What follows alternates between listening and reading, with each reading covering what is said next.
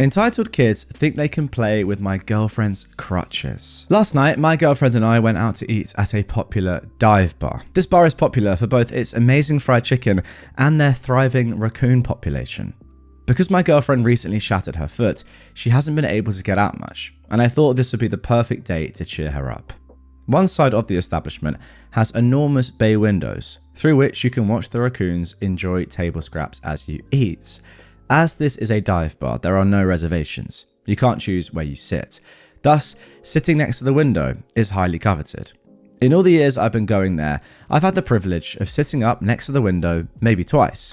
You can usually expect some people to peer over your shoulder or snap a quick photo of the raccoons while you're eating, but most people are respectful about it. Keyword, most. I honestly thought that the raccoon thing was sort of a joke, like it's popular for its amazing fried chicken and the thriving raccoon population, as in, okay, nobody wants raccoons around, but no, it seems like it is actually popular for its thriving raccoon population. Let me know in the comments down below. I mean, we don't have raccoons in the UK, right? I don't even think there are any here. In fact, there aren't. But I know in like America, there are quite a few. I thought they were sort of like a pest. Like we have foxes, loads and loads of foxes in cities around here, which I don't know if you have in America or Canada, etc. Again, let me know on that. But that's not a weird thing for me to see. And I don't think you'd have people at a restaurant sitting by a window to have a look at foxes. Even though for you, Americans, that might sound like, wow, that's pretty cool. And the same for me when it comes to raccoons. But yeah, maybe I'm wrong here. Let me know. Anyway, last night the bar was overrun with children. It's also late summer, which means the baby raccoons are out in full swing. Okay, if there are babies, then I'm in. That's cute, to be fair.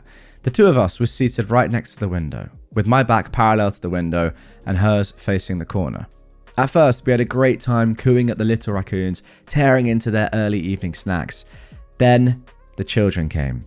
Our table was flanked by 3 families, all with children under the age of 10. The first few times a kid got all up in my space, I cut their parents some slack. Children get excited about baby animals, and they're still learning boundaries. Their parents just want a peaceful night out, etc. Thankfully, 2 of the families corrected their kids and steered them away from our space.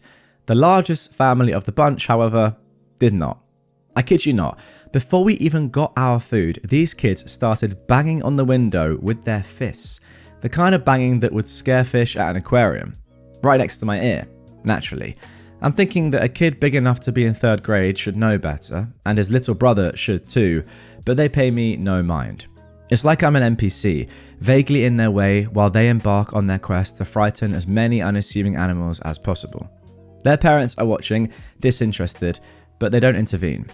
My girlfriend, being the sweetheart that she is, sees my uncomfortable face and asks if I want to switch spots. She reasons she's more comfortable with kids being in her space than I am. Once the last kid has returned to his table, we switch places. To everybody watching us switch, it's obvious she's in a cast. I make sure to put her crutches on her side of the table.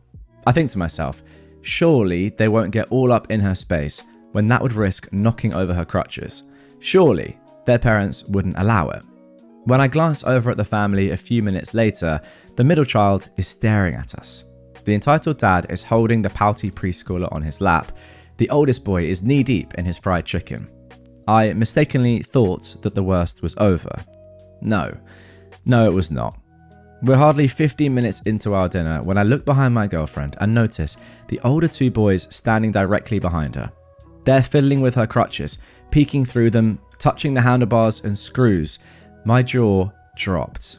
I made direct eye contact with their mother, who seemed to be staring straight through me, and then with the young parents sitting behind my girlfriend, who seemed just as shocked as I was. Their toddler was more well behaved.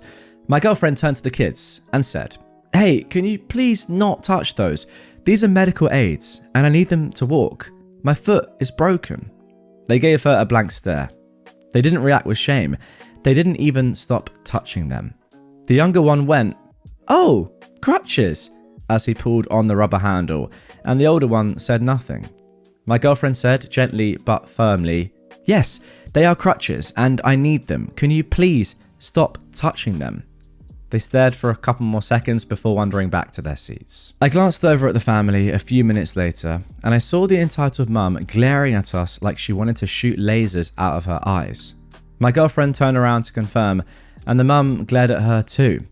At that point, the mood was ruined. We left shortly after that, but they made sure to leave faster. Not a single apology or even an ounce of guilt, just pure unbridled entitlement. I mean, the real question is, what do you actually do here other than what OP and his girlfriend did? Like, what do you do? Because you can't shout at a kid, can you? Maybe you can. Maybe that's the answer. Just be like, if your parents aren't going to parent you, I'm going to do it for you instead, and I don't care if you get embarrassed. But then again, you're sort of asking for confrontation at that point from their parents.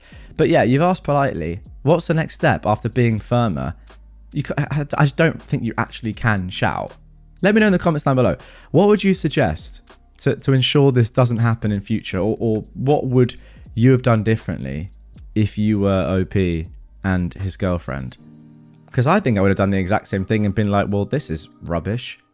Maybe you would have just like said to the parents, what is going on? Like, what are you actually doing? But if they're entitled and they're glaring at you and they're not going to do anything about it, then what are you supposed to do? We know it's hot, Karen. We've been waiting in this heat for hours. My husband and I attended a science fiction convention where there was a panel for a popular franchise with several of the main actors. When we arrived, about 1.5 to 2 hours in advance, there were already enough people waiting that the line was outside the building and around the corner. It was the middle of a very hot, humid summer day. We were wearing heavy cosplays with foam and 3D printed armor pieces. Think trash bag in terms of breathability. Oh, that is tough. I will say it's 34 degrees Celsius, me recording right now. Thankfully, I do have aircon, but it's very hot in London. I'm going outside very soon, actually. And if I was wearing cosplay in that heat, I think I would die, to be honest with you. It'd be awful. So, very tough situation anyway. We seriously considered just how much we really cared about this franchise. Alas, we are dedicated nerds, respect. We ended up talking to the people in line around us and quickly realized we had a lot in common with people who liked the same thing as us. Who knew? As the sun beat down more and more, we shared cooling packs, fans, and water. By the time the line started moving, we had formed a bond with our line buddies. The way that the line moved, there was one point where the organizer had us stop and leave a big gap behind me for people crossing another way. Several people saw this, assumed the line was surprisingly short, and hopped behind me. Before they were told, the end of the line is down the block and around the corner. Most people looked at the line behind them, realized their mistake, and sadly walked to the end of the line. But not Karen and Kevin. Karen got behind me. I told her where the end of the line is. She ignored me and called for Kevin and her friends to come join her in the short line. The people in front of me spoke up. Karen finally realized she couldn't just pretend she didn't hear multiple people telling her she's cutting. She said, "It's so hot. We don't want to walk all the way to the end of the line. We're just going to stand here." People continued pushing back. Their friends quickly left, but Kevin refused and basically said, "Too bad. What are you going to do?" Everyone was taken aback in stunned silence, long enough for Kevin to think that settled it. He and Karen looked smugly at everyone who wasn't clever enough to blatantly cut the line. Then the organizer came back. Several of us pointed out the cutters. Karen tried to lie and said they'd been there all along. The organizer looked like they were going to let her get away with it, just to avoid the he said, she said, when the gap closed. Our line buddies hugged us and greeted us by name. Then they looked at Karen and Kevin and said, "Who are they?" That did settle it. The organizer suggested Karen and Kevin review the convention rules on their badges before they were confiscated and sent them on their sad, defeated way. It was an awesome panel. That is class. That is so good. So you got separated from the people that you became friends with in the line. And I know this exact thing. It happens quite a lot in London, for example, when they're accused to get into clubs or whatever, but there are fast food restaurants or, shops that are still open within that queue, like on a high street, and then the line has to break to have the entrance to that shop still be, accessible. So that's so good. I imagine it was like a very long break as well, or at least the time was long enough for all of this to happen. And yeah, the timing of that, you can imagine, like, they're not even in your group, but because you're mates with them now and you've been together in that queue for a long time, they just completely killed this Karen and Kevin by coming up to you. So good and very well deserved. Epson, we brought your printer into the world. We are entitled to force you to buy a new one. France, that's a felony. Planned obsolescence is the common practice to make products to last a specific pre-planned lifespan, then wear out, forcing you to buy a new one. I will say, this is one of the things that I hate the most in the world when companies do this. Obviously, it's not allowed, but still. Even some sort of like software update, and now your old phone doesn't work anymore, so you have to buy a new one. Or with printers, for example, where your old cartridges don't work, or you need to upgrade to use stuff that you've already bought, or stuff like that. I mean, I don't have a printer, but I know my dad complains a lot about the printer we have and the fact that, like, you can't use old cartridges, or I can't exactly remember what it is. Let's get him on the channel and ask him. It's something like with his HP printer, you can't, I think he had to pay for a software update or something to still use physical ink cartridges which he had bought in a printer which used to take them before this new update, and he was like, how is that even possible? Stuff like that is just terrible in my opinion. This though is even worse. Anyway, it started in 1924 when the largest light bulb manufacturers, Osram, Philips and General Electric, formed a secret club that agreed light bulbs should be designed to cut the existing expected lifespan from 2,400 hours to 1,000, with steep fines for anybody who broke the rule. History fans, look up the Phoebus cartel. Is that real? Wow. I've never heard of this. That is really interesting. In 1932, real estate broker Bernard London published his pamphlet, Ending the Depression Through Planned Obsolescence, which called on the federal government to establish expiration dates on just about everything. Clothes, cars, radios, appliances, to force people to buy more replacements. He was ignored. Wow. So he thought that by... I mean, how can you have expiration dates on clothes? That makes no sense at all. I understand the intention, get more money into the economy, end the Great Depression, but still, that's ridiculous. Many companies today hire engineers to figure out how to force parts to fail after a specific period of time. Really? Is that actually true? A fridge with a 3-year warranty may have a compressor with a targeted time to fail of 42 months. Well, that makes no sense, because surely if you have a 3-year warranty, then that'll be after the... Oh, I'm an idiot. Sorry. 6 months after the warranty's ended. Very good.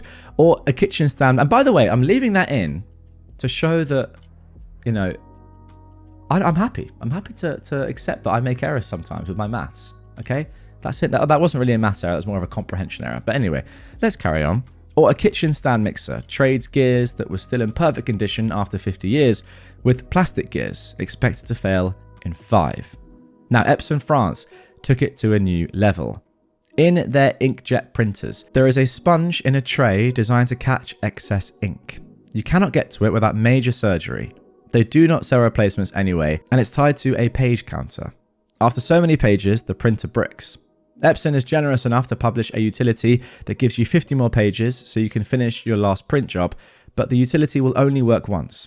Then the printer is bricked and you need to buy a new one. There exist hacks to unbrick it, but the possibility that somebody puts malware in a third-party, unsigned app is not zero, and these would be illegal in the US anyway under the DMCA, that people ignore until they get sued. Now, Epson says this is for your safety. If the spill sponge is full, it might leak ink onto the electronics and cause a fire.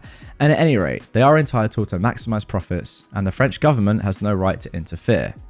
France passed a law specifically targeting planned obsolescence in 2015. In 2021, this was expanded to require durability information on the products as well. Companies that violate the law get hit with a €300,000 fine. That's the base. They can get hit with up to 5% of total company revenue above this. Wow, and that is obviously an insane amount of money for some of these companies. The executives get 2 years in prison. To date, no company has been formally charged. Apple was headed that way over the battery scandal. Yes, kind of what I was referencing earlier, but their settlement resulted in France abandoning the criminal route. Apple continued to argue that it was their right to slow the phones down and they were entitled to do whatever they want. You can thank Europe spanking Apple for every phone using USB-C now. But they read the tides and stopped rowing against the current. Yeah, I mean, the USB-C thing is a great thing. Thank goodness that is a thing. And yes, that was a Europe thing where they said, right, this is becoming ridiculous now. You can't change a port every 2 years. It's insane. So thank goodness that USB-C is here to stay, because that was getting extremely annoying. Although I still have some friends asking me for lightning cables, which is, it does annoy me. I had an old phone for a long time, but I mean, come on, we've been on USB-C for a while now. Anyway, the slowing down of old batteries is crazy. Like, how can Apple argue that it's their right to slow the phone down through software updates? I just don't get that. I still don't agree with that. Your phone is worse now because we've just brought out the iPhone 17. Like, how? How can that be right? But anyway, at least, yeah, this has slowed down somewhat. On July 2nd, Epson became the first company in the world, wow, so this is just a few weeks ago, to be formally charged with breaking a planned obsolescence law. They continue to argue that it's their right to do so and are entitled to less interference from the French government. Here's hoping they don't blink and settle. Filling the role of executive inmate is so hard to do. Oh, wow, that is class. So the first actual charge has happened. It's brilliant. I want to see more of it. And in case you're wondering, this doesn't read like a normal entitled people story. Well, this is the definition of entitlement. Thinking that we brought your printer into the world, we're entitled to force you to buy a new one. It's not how it works. Just reading a news article on this, it says, yeah, Epson have been blocking printing when ink cartridges are not yet empty and by prematurely shortening the lifespan of ink pads. I wonder, I think my dad's printer is an HP printer, but it's not too far away from this. I feel like a lot of these printing companies are doing some dodgy stuff. So it's good to see this finally happening. Well done to France. Am I the jerk for being truthful and admitting that I find my wife unattractive after her surgery? This was originally posted on the 9th of March 2024. My wife had plastic surgery recently. We discussed it and I was against it. It wasn't my decision, and ultimately though, I had no say. She looks weird now. She had the fat sucked out of her face, lip fillers, a neck lift, other stuff I don't really get. She gives me uncanny valley vibes now. It freaks me out. She's fully healed now and she wants us to go back to normal, like me initiating sex. I have done so, but not as much as I used to. And when I do, I try and make sure there's very little light. It's been a few months and I kind of dread having to look at her. Obviously she's noticed. She's been bugging me to tell her what's up. I've tried telling her I'm just tired from work or that I'm run down. Really anything except for the truth. She broke down and asked me if I was having an affair. I said that I wasn't. She asked to look at my phone. I unlocked it for her and handed it over. I wasn't worried about her finding anything because there's nothing to find. She spent an hour looking through it and found nothing. She asked me to explain why I changed. I tried explaining that I just wasn't that interested right now. Nothing I said was good enough for her, so she kept digging. I finally told her the truth. I wasn't harsh or brutally honest. I just told her that her new face wasn't something I found attractive and that I was turned off. She asked if that's why I turn off all the lights now, and I said yes. She started crying and said that she needed time alone. She went to stay with her sister. I've been called every name in the book since this happened. Her sister said I'm a piece of trash for insulting my wife's looks. Her friends all think I'm the jerk. I tried not to say anything. I can't force myself to find her attractive. I still love her, but her face is just weird now. She looks like the blue alien from The Fifth Element. Now, I have no idea what the blue alien from The Fifth Element is, so here's a picture. Oh my gosh. I mean, this is one of those times where if you are listening to this on a podcast platform, you should probably head over to YouTube. Or, to be fair, just look up blue alien from Fifth Element yourself. Yeah, I wouldn't really want that as a wife, but I do kind of get where OP is probably coming from. Right, let's get into some comments. OP has actually added that she isn't hideous, she just doesn't look like herself anymore.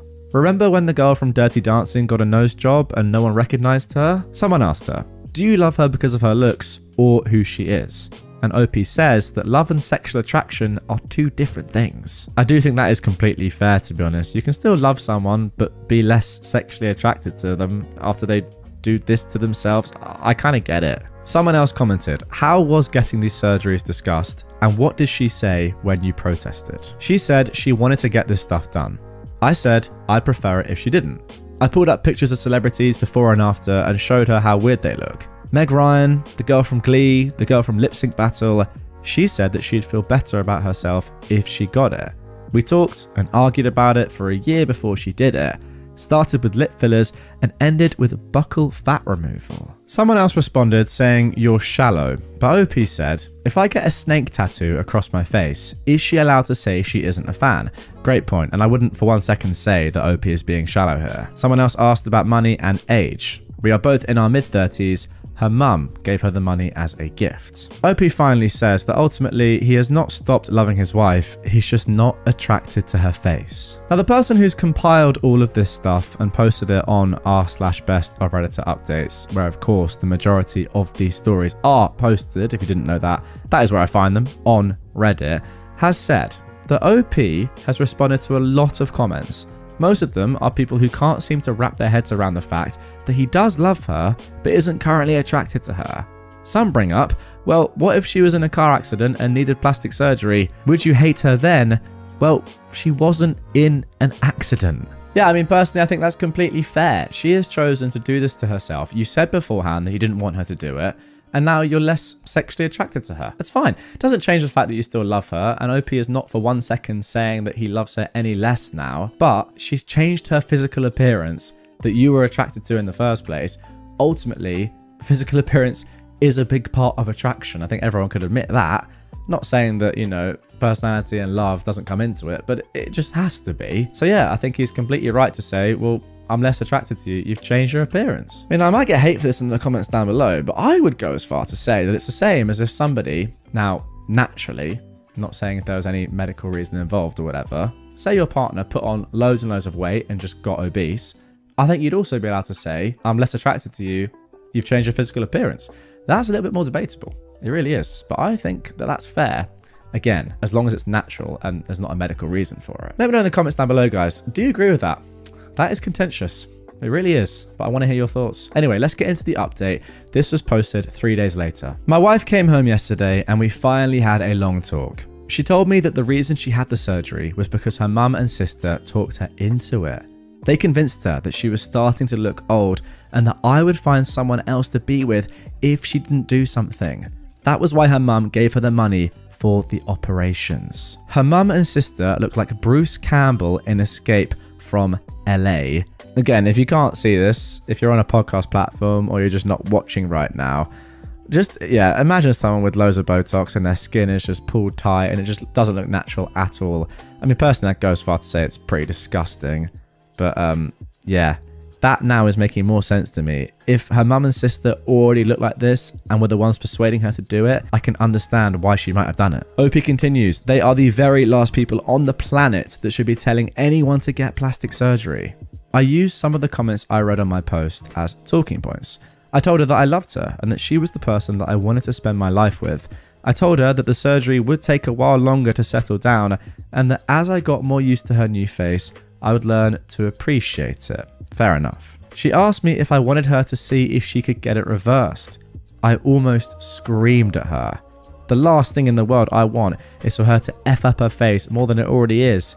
I asked her if she could please just leave it and let me get used to it. Imagine that regret, by the way. Getting loads of facial surgery and then saying, oh, I actually want it reversed. Jeez. We talked for about 3 hours and we decided that her mum and sister would not be a part of any decisions in our life going forward. She's going to leave her face alone and give me a chance to get used to it. We're going to look for a marriage counsellor and maybe individual counsellors for each of us. I'm going to make an effort to show her every day how I still find her desirable, and she is going to make an effort to believe me when I tell her that I love her the way she is. We're going to talk to her mum and sister and tell them that we're taking a break from them. We're going to block them, get our stuff together before we allow them back into our lives. Thank you to everyone who tried to help me. I would like to add that I did not think that there were that many guys out there with a weird blue squid lady fetish, It isn't for me, but you do you. Oh, I understand. OP is referencing the first person he said from, what, Fifth Elemental or something. I guess some people said in the comments down below that they actually quite liked that look. Yeah, weird. Right, let's round things off with some comments. Someone said, many tough elements here. Her self-esteem, body dysmorphia, being influenced by her mum and sister, you losing attraction for now, which leads us to the fifth element. Oh god, saying that was funny, if they do say so themselves. Glad you're making the effort and continuing to love your wife. OP replies, I can't stop loving her. Someone else asked, did you use the movie references when talking with your wife? I did not. The closest I got was pointing out that a bad haircut and a kimono, and I could pass for a skinny version of Associate Bob. And again, here is a picture. Oh, I guess OP was kind of referencing the fact that he's not the best looking, but that's not the most important thing. Yeah, I mean, crazy haircut, I've got to say. Someone else said, her mum and sister will at least look shocked when you break it to them. Oh gosh. But OP says, no, they won't. They have the facial mobility of bilateral stroke victims. Wow. Bilateral stroke victims. I might have to use that as an insult, by the way. That is phenomenal. Finally, OP has said, we're going to work at it. There's a long road ahead. I will spend the rest of my life showing her she is the woman I want. Well, there you go. Fair play, OP, is all I can say to that. Because ultimately, something's happened there to the person you love that you really don't like. And you're going to have to deal with that. Because ultimately, you're the one that looks at her every day. So that's on you. I do feel, though, like he is right. And I think he accepts that attraction can build over time. I do think the most important part of, personally, this is part of like sexual attraction or attraction in general, is the way you feel about somebody, less their physical appearance. I mean, I think that's kind of obvious, maybe. I mean, maybe some people don't agree with me there, but emotionally, how invested you are in somebody and how they make you feel and your relationship with them is way more important than how they look, even if they're like a 10 out of 10. Doesn't matter. I mean, a 4 out of 10 that you really get on with is way more attractive than a 9 out of 10 who was just horrible. I think we can all agree with that. 10 out of 10 though is different, let's be honest. I'm joking. But yeah, in all seriousness, hopefully these guys just can get through this. I feel bad for your wife now, OP, because she was just pushed into something that maybe she didn't actually want to do, and now she's regretting it. It's not the greatest situation, but yeah, as I said, get some counseling, give it some time. I think you'll be all right. My husband almost killed our baby and my toddler saved him. This was originally posted on March the 11th, 2024. Hey Reddit, I need to share this story because I'm still shaking from what happened. I am a 25-year-old woman, and I've been with my husband, who is 30, since 2018. We have a 3-year-old girl and a newborn boy. But tonight, things almost took a turn for the worse. My husband has always had trouble paying attention, but I never thought it would come to this. Our neighborhood is weirdly laid out, with cars zooming by at crazy speeds at all hours of the day. I was folding clothes when I heard our toddler screaming, "Dad, help!" That tone made me drop everything and sprint outside. What I saw made my blood run cold. Our newborn in his stroller, careering towards the busy street. I screamed and ran to him, barely stopping the stroller in time. My baby girl's hands and knees were scratched up because she tripped trying to run after the stroller. I snatched up my baby, heart pounding, and scanned for my husband. He wasn't watching. He was chatting with neighbors, completely oblivious. The anger I felt was unlike anything I've ever experienced. I stormed up to him, shouting in disbelief. He looked shocked at first, then realized what almost happened. The apologies and tears came pouring out, but it was too late. I couldn't wrap my head around how he could be so careless, so blind to our toddler's screams and the stroller rolling away. I packed up the kids and left, staying with my parents. They're on my side, but my husband keeps texting, begging for forgiveness, calling it an honest mistake. But I can't shake the terror of almost losing my baby because he couldn't focus for a single second. My baby girl got hurt in the process as well because he couldn't pay attention. I almost lost my son because he couldn't pay attention. I can't stop crying. I feel so guilty.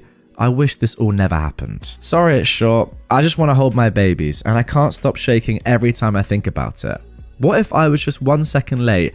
Would I have been planning a funeral? And the reason I left the house instead of him was because I hate that house. I don't feel like it's safe for the kids with all the traffic, and I was right. It's my husband's work house. I can't be running either. I had a C-section less than 6 weeks ago. A lot of people are saying, why wasn't I watching the kids? Well, I was doing their laundry like a parent. He was supposed to be taking them for a walk to have bonding time with them. He literally created this by himself. This has never happened before. How was I supposed to know? And people saying, why didn't I get him checked out? Well, I'm not his mother. He is 30 years old. I'm sick of people acting like I have to parent my own husband while I literally have a newborn toddler and I'm still healing from a C-section that I teared my stitches from when I ran to get my baby. I don't care if it was his ADHD, the court wouldn't care either. If he killed my child, he would have gone to prison either way. Okay, so that is it for the original post. Now let's get into some comments. Someone has said down below, okay, look, he was 100% wrong and I would be livid just like you. However, I'm a little confused of the situation. Like, why was your baby just in a stroller, unattended? Why did the stroller randomly go into the road? Since it sounds like you were at home, is this maybe something you guys normally do, just to have a place for the baby to sit out in front of your house when your toddler's playing outside? Maybe it was a freak accident. I'm gonna be honest, as a mum, most of us have stories of near-death experiences with our kids. We can be naive and stupid and expect a little child to have more awareness or survival skills than they do. When my son was 2, for example, we had a horrible experience with an escalator, and I still have times where I can't sleep because of it. We're all idiots when it comes to parenting, because how can you know until you live it? And seriously, like every parent has one of these moments, unless you're one of those insanely lucky ones. I still really don't understand the whole scenario of what happened, but to me it seems he really has remorse and feels terrible. And once you go through something like that, you never forget it. So if he cares and loves your kids, he's devastated and has learned a hard lesson. I don't know that your response was the best, but I get why you did it in the moment. But I do think you guys should have a serious talk and maybe look into moving if possible. I wouldn't go straight to divorce like Reddit loves to preach. I think there is a solution here. And I'm so sorry you're dealing with this. It's literally the worst feeling in the world. What a very sensible comment. OP replies, "Hi love, let me just clear it up for you. So I was sitting inside in the lounge room and there's a huge window behind the TV that was a little open so I could hear outside. That is when I heard my toddler scream for her dad to help. When I was outside, he was standing on the neighbor's driveway. I assume that he must have left the baby literally on the road because there was no possible way that it would have rolled off like that. And my toddler was playing with the neighbor's cat before she noticed her brother was rolling away when I confronted him about it. He tried to explain but just kept stuttering. I still don't know exactly what happened. I don't know if he didn't put the brakes on the stroller, if the wind blew it away. I just don't know. My neighbor contacted me and had asked if I wanted the security footage because his wife is 100% on my side. So I'll probably find out exactly what happened once it gets sent to me. Oh wow, that could be telling." Now someone else also commented, "I want to acknowledge that this is a horrific situation, but saying I don't care if it was his ADHD isn't going to fix anything and will probably only make things worse. Talking and thinking about it like he intentionally tried to kill your child isn't going to help either. With ADHD, you actually do not register things like this at all sometimes. Life expectancy for those of us with ADHD is actually significantly lower because many of us end up, often accidentally, killing ourselves. It's not the same thing as carelessness, but learning about ADHD a little deeper can help you guys be safer. Understanding how my ADHD works and using different than standard precautions like my brain needs has actually most likely saved my life. Wow, I did not know anything about this. Guys, if you know about this, enlighten me in the comments. I want to be educated." This person continues, "Lie out what you want from him. That's probably that he gets his ADHD better under control, whether that be through prescription medication or more homeopathic methods, that you get a different place if possible, that he not take your kids out in your front yard without you, etc. Also, neither he nor the neighbor noticed, but you heard your kid from inside. Well, something seems off here. Were your neighbors just watching the stroller roll towards the street? Was your husband on the other side of your house where he couldn't see the stroller? Were you already walking outside as this unfolded? I'm just trying to understand better what was going on here and why your husband or the neighbor didn't notice, but you did from inside. People with ADHD tend to be incredibly good and quick to act in emergency situations, so this is especially weird. I'm absolutely not accusing you of leaving anything out or anything, but asking you to think about what your husband and the neighbor were doing that neither of them noticed. That smells fishy. This is of course a horrible situation. I lost a pet due to the inattentiveness of ADHD, but I can't imagine losing or even nearly losing a child. OP replies, that is why I'm waiting for the footage. It doesn't make sense how this all happened. I don't know how to explain my house. There's a huge window in the lounge room. It was open a little so I can listen out. The neighbor's house is 2 houses away. We're at the end of the street near the main road. When you first walk into my house, on your left, that is the lounge, and on the right, there's the kitchen. When I got up, I couldn't run that fast as I'm still healing. Sorry if this doesn't make sense, but when I ran outside, the neighbor's wife was running for the stroller but was still far away, and the neighbor was helping my little girl off the road. That's all I saw. I'm just waiting for a response from them. My husband, though, was just standing there, hands on his head, doing nothing. Okay, and then one final comment. Somebody said, I freaking screamed when I read what happened. Are you okay? Like, did you get any more damage to yourself? You literally just had a baby. What the F was your husband doing? Like, being outside with small children, especially on a busy street, should be treated like watching babies swim, because anything can happen in an instant. I hope you're okay, and also, I don't know, but do you all have cameras in your house? I wonder how long your husband was talking to the neighbor. OP says they tore their stitches from the C-section and had to go to the ER while there. I made sure my baby girl got her knees and hands bandaged up. The crazy thing is, I didn't even realize I was bleeding until I was in my parents' car. My mum pointed it out. She panicked, took baby boy back to their house, and my dad took me and my daughter to the hospital. All right, there's quite a lot to unpack here, and I think I kind of agree with what the comments are getting at a little bit. There probably is more context here that is going to be revealed in the update, which we're going to get into in just a moment. But I want to get my thoughts on what we've read so far. I do think it is a bit weird that neither your husband nor the neighbor heard the scream of your children, and you did from being inside. I mean, maybe they were just totally wrapped up in conversation, but you'd expect them to hear it. Maybe it was just where they were, and for whatever reason, the direction that the sound traveled. I don't know. I don't think, as someone said there, that your husband was intentionally not listening out, or, you know, neither him nor the neighbor heard something on purpose. But I do also agree with the point that this sort of stuff does probably happen more regularly than you'd think. I mean, parents, get in the comments down below.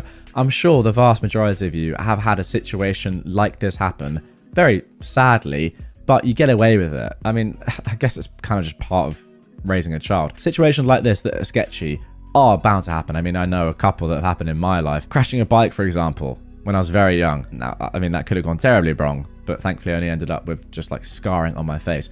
Actually, you know what? I don't even know if I'm allowed to show... I'm not... You know what's so weird about YouTube? I'm not even allowed to show a picture of me as a child with like scars all down my face, because that's like child endangerment. You know what? I'll just chuck it on my Instagram as a story. If you want to follow me on Instagram, link down below. It's in the description. But yeah, I can't show it on here. But the point is, it happens to every kid. And, you know, you get away with it. Or tragically, sometimes you don't. But I don't think that's like, you know, I wouldn't go crazy on my husband for doing this. It's just a terrible situation. And yeah, I think he'll learn from it. But yeah, those are my thoughts so far. However, 11 days later, we did get this update. Oh, I do apologize, guys. The update was actually 11 hours later on the same day. Here it is. The neighbor's wife sent me the footage, and I really can't wrap my head around it. So, my husband was walking with the stroller, and my toddler was in front of them when they passed the neighbor's house. My neighbor was outside washing his car, and my toddler saw his pet cat and stopped to go and pet it.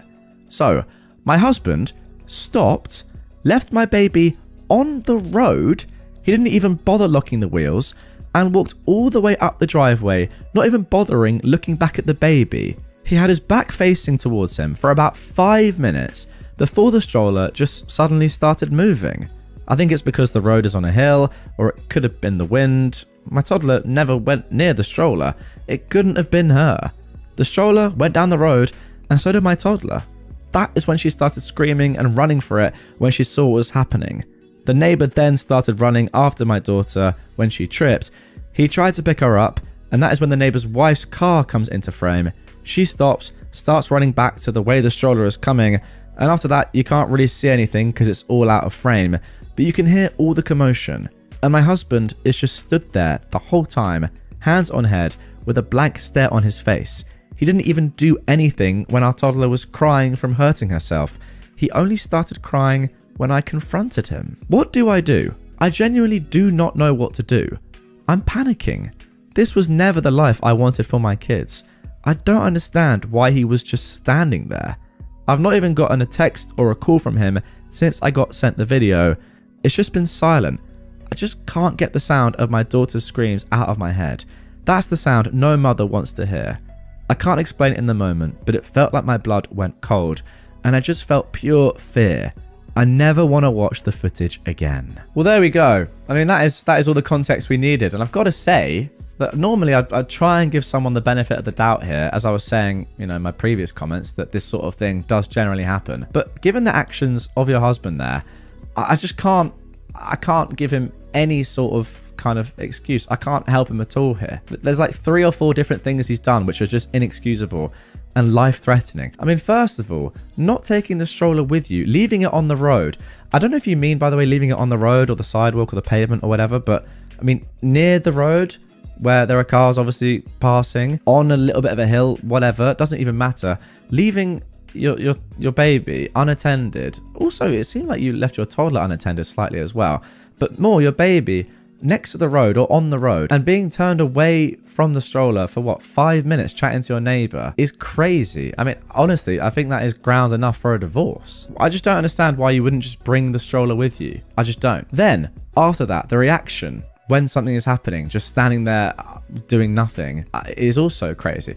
I mean, that perhaps is a little bit more understandable because he could have just gone into shock at that moment, not believing what he's seeing, but still you'd want more in that moment. I mean, something like this in theory could happen again. It wouldn't, I mean, hopefully wouldn't be, the fault of your husband the next time, but something like that where your child is in danger could definitely happen. You'd want him to react, at least do something, at least chase, I don't know, or at least show some emotion immediately after, not just when you have a go at him for saying, what on earth are you doing?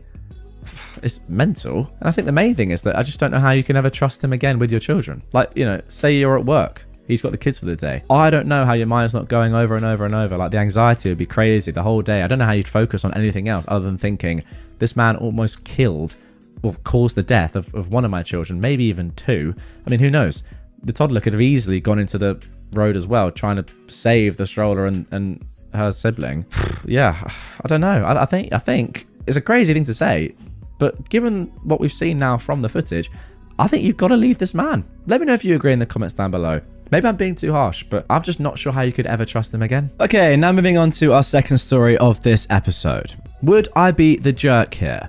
My niece wants my wedding dress, and I think I'm going to refuse. I married 30 years ago and was lucky enough to have a custom-made dress. I was very thin at the time, and the dress design I chose was not typical 90s. Think more Regency-style dress. I stored it away and carried on with life. I was blessed with sons and 1 daughter. I'll be honest, my daughter is a totally different body shape to me, and I realized when she hit puberty, she would never wear my dress. She has a beautiful hourglass figure, whereas I was catwalk model thin. My brother has 2 adult daughters, one built like my daughter, the other thinner.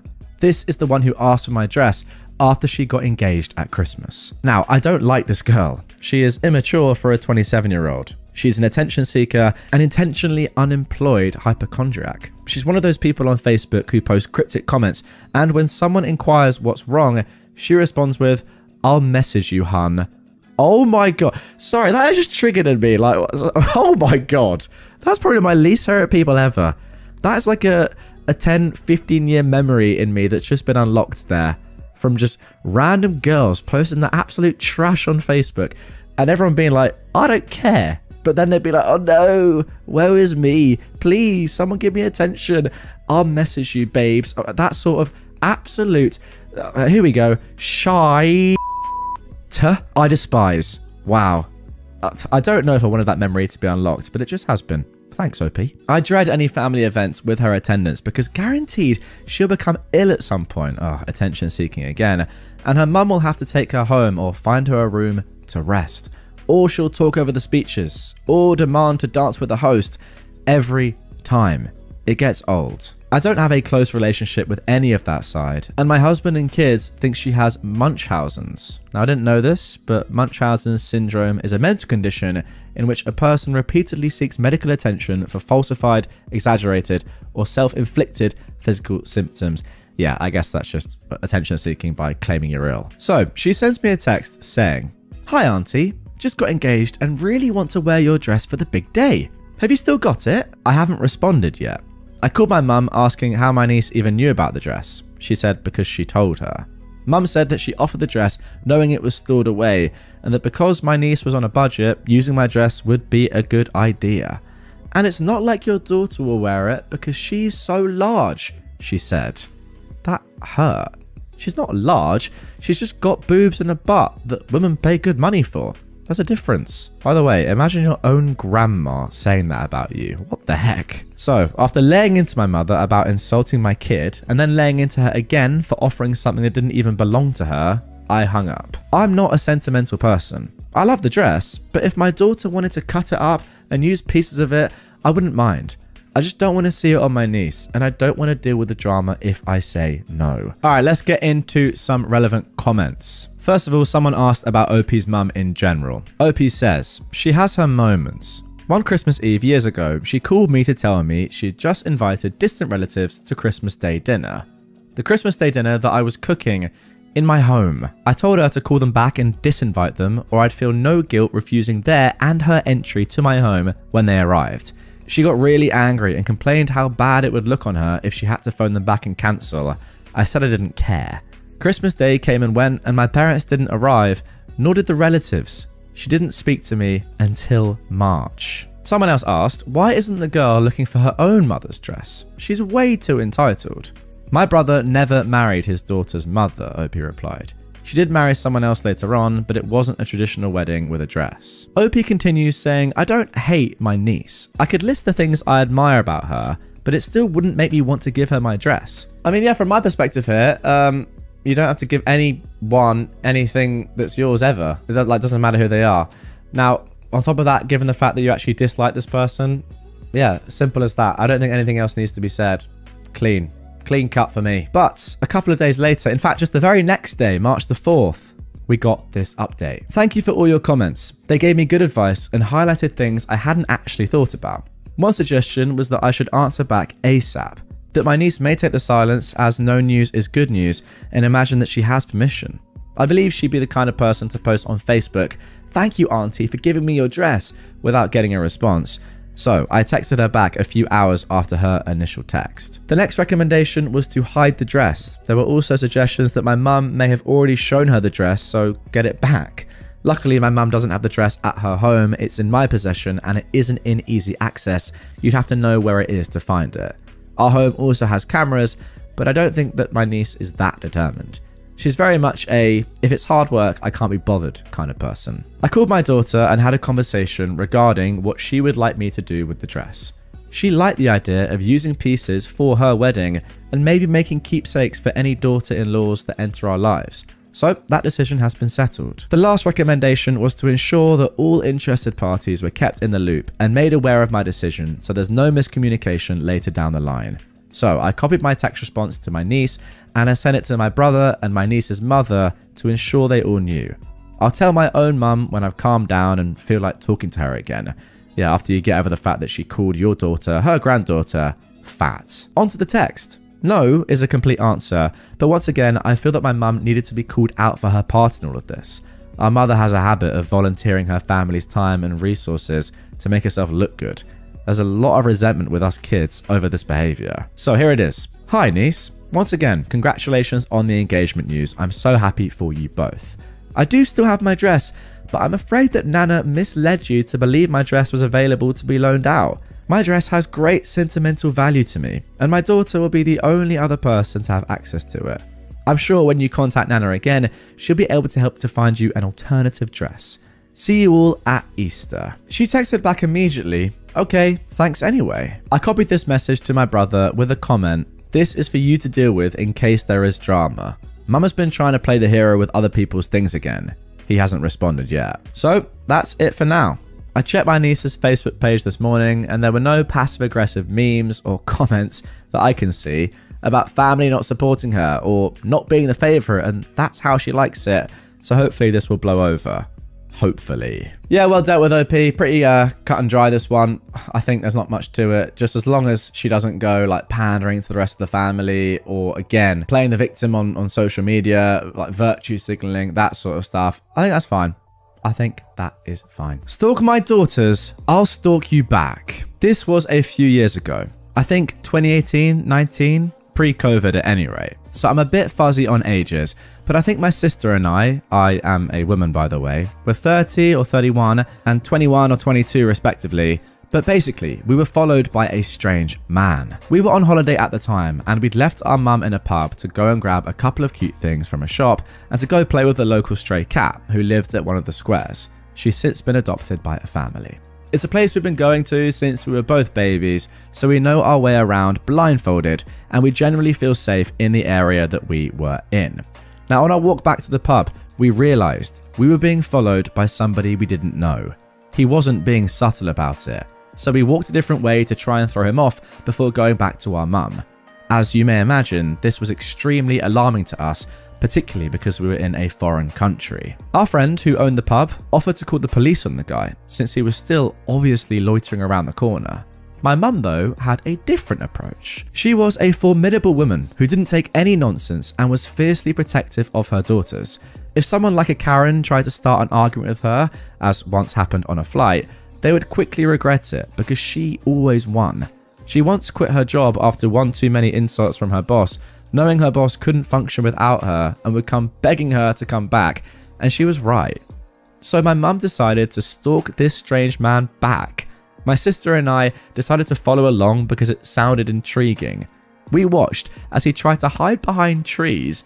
It did not work, and eventually got so uncomfortable with my mum's relentless pursuit that he fled across the main road, and she pursued him even then until he was finally gone from our sights. That is amazing. I mean, this is just brilliant. It's absolutely comical in my mind. I just want to see this happen. This has to be turned into some sort of skit or something, or some sort of episode on a comedy show. I mean, it's just so good. What a great way to just completely unnerve someone and hopefully make this man realize that what he's doing is so creepy. I mean, it is also illegal, but just mainly just so weird. What is going on? Your mum, by the way? Absolutely legendary. I hope she haunts this man for a very long time, and to be honest, I mean, might as well keep up the stalking. It's so funny. Deceased father's girlfriend is going down. So this will be a developing story over the next few months. Just getting started. My father passed away 3 weeks ago. He was a hard worker, into real estate and a man of means. He has 7 properties, 5 cars and liquid cash. His girlfriend that chased him down 9 years ago was his carer until death. In the last 2 to 3 years, she began to isolate my father from his 4 kids. She'd attempt to keep us out of the home and stand at the door and say he was sick. We would push our way in and he never rejected us. I think we all know what she's trying to do here. November 4th last year, I went out of the blue to his house and he was lying there dying. I took a video. He was septic and wouldn't have made it through the night if I hadn't found him. I sent him to the hospital. He went back again a week later and was placed on hospice. This female dog, I've since found out, deleted my number from his phone. She then got him a new phone about 2 weeks before he died to confuse him so he wouldn't know how to use it. He asked my siblings and son for my number 3 times to call me before death, and he never called. Oh my gosh. I suspect that she kept him from calling. I must fill in this blank. She drove a wedge between us and talked to me like a dog from November to December when I went no contact. I sent a letter expressing my hurt and that I loved him. She presented an electronic will, leaving her everything. Now, e-wills are not valid in my state. She sent a text from his phone to hers back in January stating that he was leaving her 2 homes. It was in broken English, so I know it was her. Dad doesn't even text, he didn't know how. So, she is losing everything. Her car, the house they shared, everything. I'm even thinking of suing her for mental and emotional abuse of my dad. The car he bought for her is in his name. That's gone. Oh, and she also ranted over his casket at his children and grandchildren, all on video. I'm going to ruin her. Wow. Also, a quick update. We're getting temporary orders of administration over the estate and filing eviction tomorrow. And we confiscate vehicles this Sunday with sheriff escort. Winning. Well, that is amazing to hear. Wow. I mean, the ending for that is great. That is great to see that she's, you know, losing everything. It's just a terrible, terrible case, isn't it? It's a terrible story. Ultimately, though, I do feel like, is there not some form of like attempted murder charge here that you could be going for? I know you probably don't want to do this, and it's horribly morbid, and it's so sad and just very, very, you know, distressing for you and the family. But if you found your dad pretty much dying in front of you, well, you said dying, like he was septic, and it's because of her lack of looking after him, that's the reason why he's in that position, it has to be, then is there not a charge or a potential case for attempted murder there? I don't know. What you've got so far, the temporary orders of administration over the estate, the fact that she's going to be in a much worse place after your dad's death than she was before, despite the fact that, yeah, she clearly was just going for all his money and property in the first place. I think there's more you could do here. I don't know. It's up to you, but I do feel like there's more that could be done. Let me know in the comments down below. Is attempted murder not on the cards here? I'm not sure. Let me know. Annoying middle school attendance lady. Years ago, I called the middle school attendance office to have my 2 boys sent to the office so I could take them out of school for a family emergency. The attendance lady was not happy about this and went on a rant about how I should have sent a note with them a day or 2 in advance, and then she would have had them in the office. Now she has to send a student to each of their rooms to get them, and this could take 30 minutes. It's a very old building with no intercoms to each room. Sir, do you understand what an inconvenience it is for me to stop my students from doing an assigned task and have them go and get your children? I was trying to interject, but she wasn't having it. She continued on and on about how all of the protocols are in the student handbook if I would have just taken the time to read it at the beginning of the year. She then finally stopped long enough for me to speak. Mom, you're absolutely right. I'm sorry I didn't send a note with the boys. Now, unfortunately, their grandfather didn't give me advance notice that he was going to have a heart attack this morning. The surgeon performing his open heart surgery didn't give us any advance notice either. We have to leave town immediately. The stuttering and awkwardness was amazing. Honestly, it was hysterical and a great stress reducer while he was in surgery. My dad loves that story. Oh, so he survived. That is even better. Yeah, the word that springs to mind here is just Jobsworth. As I said, I'm very happy that your granddad wasn't actually dead. I thought he was, and then I thought it was going to be an extremely sarcastic response from your dad. Something along the lines of, well, unfortunately, we didn't get advance notice that my dad was about to die, but at least he's still alive, and hopefully he could even laugh at this story. Absolutely insane. I mean, is it that hard to go and get students out of a classroom? Also, just send an email. That's what we did at my school. The teachers got an email and they were on their computers anyway. Or yeah, just send a kid around to go and get them. It's not that hard. And in familial emergencies like this, obviously it has to be done. You just haven't had the right D yet. So, I, a 19-year-old woman, only date femme folks. Sexual tastes are a bit broader. Much to the support of most of my family and all of my friends. The friends of my friends, not so much. One of those friends, unfortunately, had a Klingon in their circle. A jerk we'll call Bill. Bill has certain views on relationships and women, and is not very happy with queer people. He likes to make small comments on the fact that I only date women, and even more so, that I'm dating 2 people. Oh, the horror. And only one is a woman, the other being a femboy. Now, he got a bit drunk one night, and his comments were getting a little bit aggressive. I was cuddling with one of my partners and exchanging small kisses, but eventually he said 2 things that everyone should hate. The classic of, you just haven't had the right D yet, as well as a new one I'd never heard. You just need to try it once. I volunteer. Oh my gosh. My partner tries to stop me because she could see I was getting mad, but it was too late. Someone told me that once, I said. Then he R-worded me so I could try it once. Now I can't trust anyone who presents masculine, like you. He got very defensive over this, acting like I was accusing him of something and carrying on. He was promptly asked to leave by the friend he was connected to, and I haven't heard or seen him in 2 months. So, hurrah. Yeah, I mean, this one is just crazy. Absolutely crazy. Who in their right mind would ever say something like this? It's just insane. What are you supposed to even do in response to this? I mean, you didn't have to say what you did, but I'm kind of thankful that you did. Although, it doesn't even seem like he learned from that. He just, as you say, got defensive and then carried on. So really, I mean, did he actually learn from that at all? Probably not. Which is just mad, but yeah, crazy. Although, I guess if you haven't seen him in 2 months, that is a good thing. But it shouldn't take you having to say something like this to him for him to not be around anymore. Also, I mean, your friend who is his friend, who brought him in the first place, surely should have realized he's just a creepy guy. I mean, like, unless he's just not a good friend in the first place, you should expect your friends to have good friends, I reckon. I mean, it's not up to you, but if they are in your same or similar circles, you can't be expecting someone like this to be knocking about. I mean, it's just disgraceful. I mean, you could also argue that, you know, how does Bill not know that he's gay? He just needs a good big D, for want of a better phrase, and it'll magically change him. Has he tried it? No? How can he possibly know? Customer asks, I have cancer. What's wrong with you? So I put my wig on the counter. Back during the mask mandate, I worked in one of the big brand jewelry stores commonly found in shopping malls. On this boring day, it was only me and my assistant manager. We'll call her Lisa, working. In the afternoon, a man, probably in his mid-30s, comes into the store. I do my usual greeting and get ready to work with him when Lisa clears her throat and pulls on her mask a bit.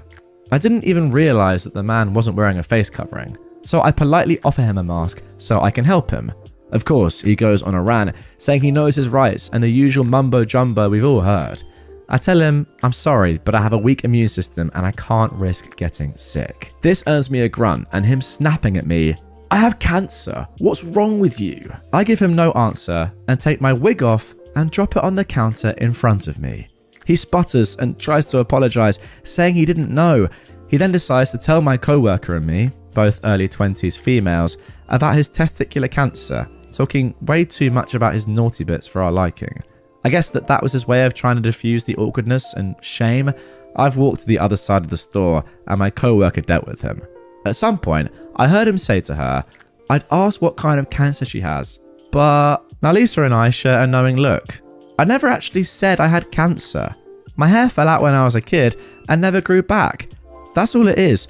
No sickness, just my immune system being stupid. Oh wow. Eventually he buys an engagement ring and scurries away. I've honestly never seen a customer walk out so fast-paced. Lisa and I crack up laughing once we thought he was out of hearing range before going back to being bored on a slow day.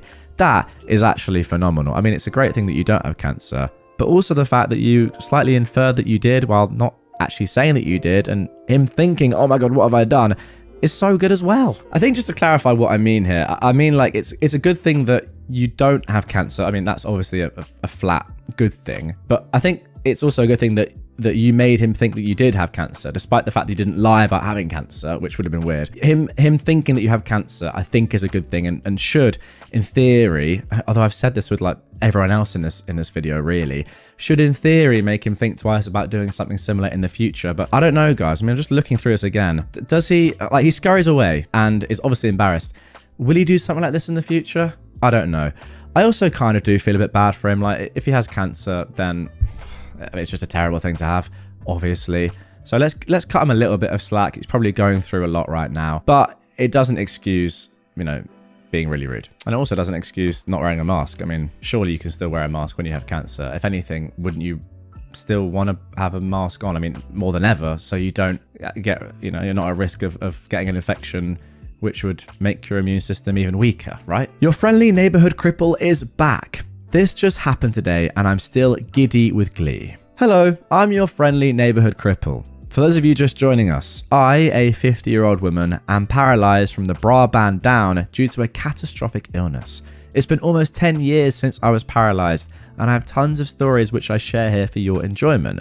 To mitigate my disability and help me get around in the world, I have a power wheelchair and a service dog. I'm not exaggerating at all when I say the trash that comes my way could fill a 3-month supply of my colostomy bags and then some. For our newcomers, I am the way I am as I grew up in a suburb of NYC, was bullied constantly my entire school life, and grew up with an older brother. He and his friends made my life a living heck until I honed my sarcasm, sharpened my tongue, and learned to think quickly to give as good as I got. Usually, I ended up turning it around and making it worse for the person who insulted me. In addition to all of this, my husband and I recently moved from our lovely New York adjacent suburb to North Carolina. It's a lower cost of living, I still get excellent medical care, we've got a house that's fully accessible in a lovely neighborhood, etc. People here say things to you in a sickly sweet or very kind voice, but what sounds like a compliment is often an insult. Now that you're all caught up, on to the story. Today we went to Costco. My hair is a gorgeous dark purple, and as my service dog Cap and I are wheeling around, I see a shirt I like. I go to look at said shirt. It was one of those super soft casual cuts in an amazing shade of green. A younger woman, maybe mid-30s, looks at me and nods politely. I smile and nod back and begin checking out the shirt that caught my eye. She's next to me, also checking out the shirt, just in a different colour. She says to me, "You are so brave to have purple hair. I could never do something like that." In that, "Oh, bless your heart" tone. "Oh, no," I replied. "What's brave is a woman your age wearing that." A vague gesture to her clothes. What's wrong with it? Well, those jeans are definitely a choice. Plus, open-toed shoes when your feet look like that? I wish I had half your confidence. You'll have a great day. At that point, I decided against the shirt, since the shade of green made me look like a shade of corpse that was just not flattering. Not that any shade of corpse is flattering, but this was the least flattering shade of corpse I'd ever seen. Cap and I zoomed off to find my lost husband, leaving her to stare at her perfectly nice jeans and perfectly normal feet in perfectly normal open-toed shoes. I wonder what the frick was wrong with them. And probably wonder why a woman in her mid-30s shouldn't be wearing perfectly nice jeans with a perfectly nice sweater and perfectly normal open-toed shoes. I'll be living rent-free in her head for a long, long time. Until next time, because there's always a next time. Your friendly neighborhood cripple. Now, just some more info to add. Several people have raised the question if she was actually complimenting me. Sadly, friends, she wasn't. Her tone of voice was the one reserved for very stupid dogs, very stupid husbands, or very ugly babies. That saccharine, false sweet tone that indicates disdain behind what would otherwise be complimentary words. Like calling your dog brilliant because they started themselves awake by farting and give their butter look like it betrayed them. Now, I am guilty of that last one. Peggy does it regularly. And everyone, it's hilarious. Yeah, that is fair enough. I was kind of thinking, are you sure she's not actually complimenting you? But I guess when you're in real life, when you hear the tone, you would know if someone's being sarcastic. All right, guys, let me know in the comments down below, because this is the first time I've ever come across this user. And I've got to say, from the style of writing and just the general tone, I love this person. And I want to read more stories from them about similar sort of things that have happened. I can't quite believe I've not seen a story from OP before, but I don't think I have. Comment down below, do you want to see more from this user? Because I reckon, I've not had a look, but I reckon they've got loads and loads of posts that are probably equally as funny as this one.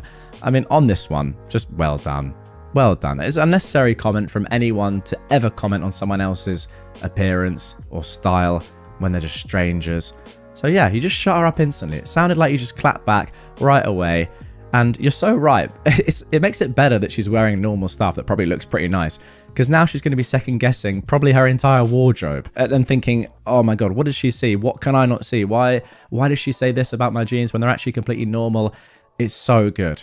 As you said, great phrase, rent-free. My friend cheated on her husband and couldn't believe he moved on so quickly. My now ex-friend, a 27-year-old female called Sarah, has been with her husband, who is also 27, John, for over 10 years. Now, they aren't legally married, but they call each other wife and husband. They have 2 children together. Just last year, in January, Sarah got caught cheating on John. It had been going on for a few months. She doesn't have a license or a car. He would drop her off at work and then she would leave with the guy afterwards. There'd be times where she says she's with someone, but she's actually with the guy. When she got caught, they separated for a bit. Once she found out he reconnected with his high school ex on social media, she went to directly message her and said that they're still together. He cheated on her instead. She cried to me about it and I looked at her like, what? I told her that he's only messaged that woman and you're already this hurt? Imagine how he felt when he found out you've been doing stuff with this guy. She promised everyone she wouldn't do it again. Fast forward to May. She got caught cheating again, and this time he was done with her. They were still living together, so at first the new guy would park at the street to pick her up. It eventually got to the point he was confident enough to park in front of the house. She moved out in June, and that was the end of their marriage. On to October. Sarah found out that he reconnected with his high school ex again, and that they're now dating. She went full on crazy and jealous mode. She asked him, of all people, why her? She made up lies to their kids and everyone else that he cheated on her with his high school ex. She was the reason why they broke up in the first place. During that time, she was trying hard to get back with John, but he wouldn't budge. She made up all kinds of excuses to talk to him. Sadly, she even stopped seeing her kids too. She'd pick them up at most once or twice a month, if lucky. Now at this point, she was having problems with her new man. They were arguing every day to the point that he'd hit her a few times and chipped her tooth. Again, she cried to me, telling me that she couldn't believe that John would move on so quickly. Lately, John has been so mean to her and was always on his girlfriend's side. She even said that he loved his girlfriend more than he ever loved her.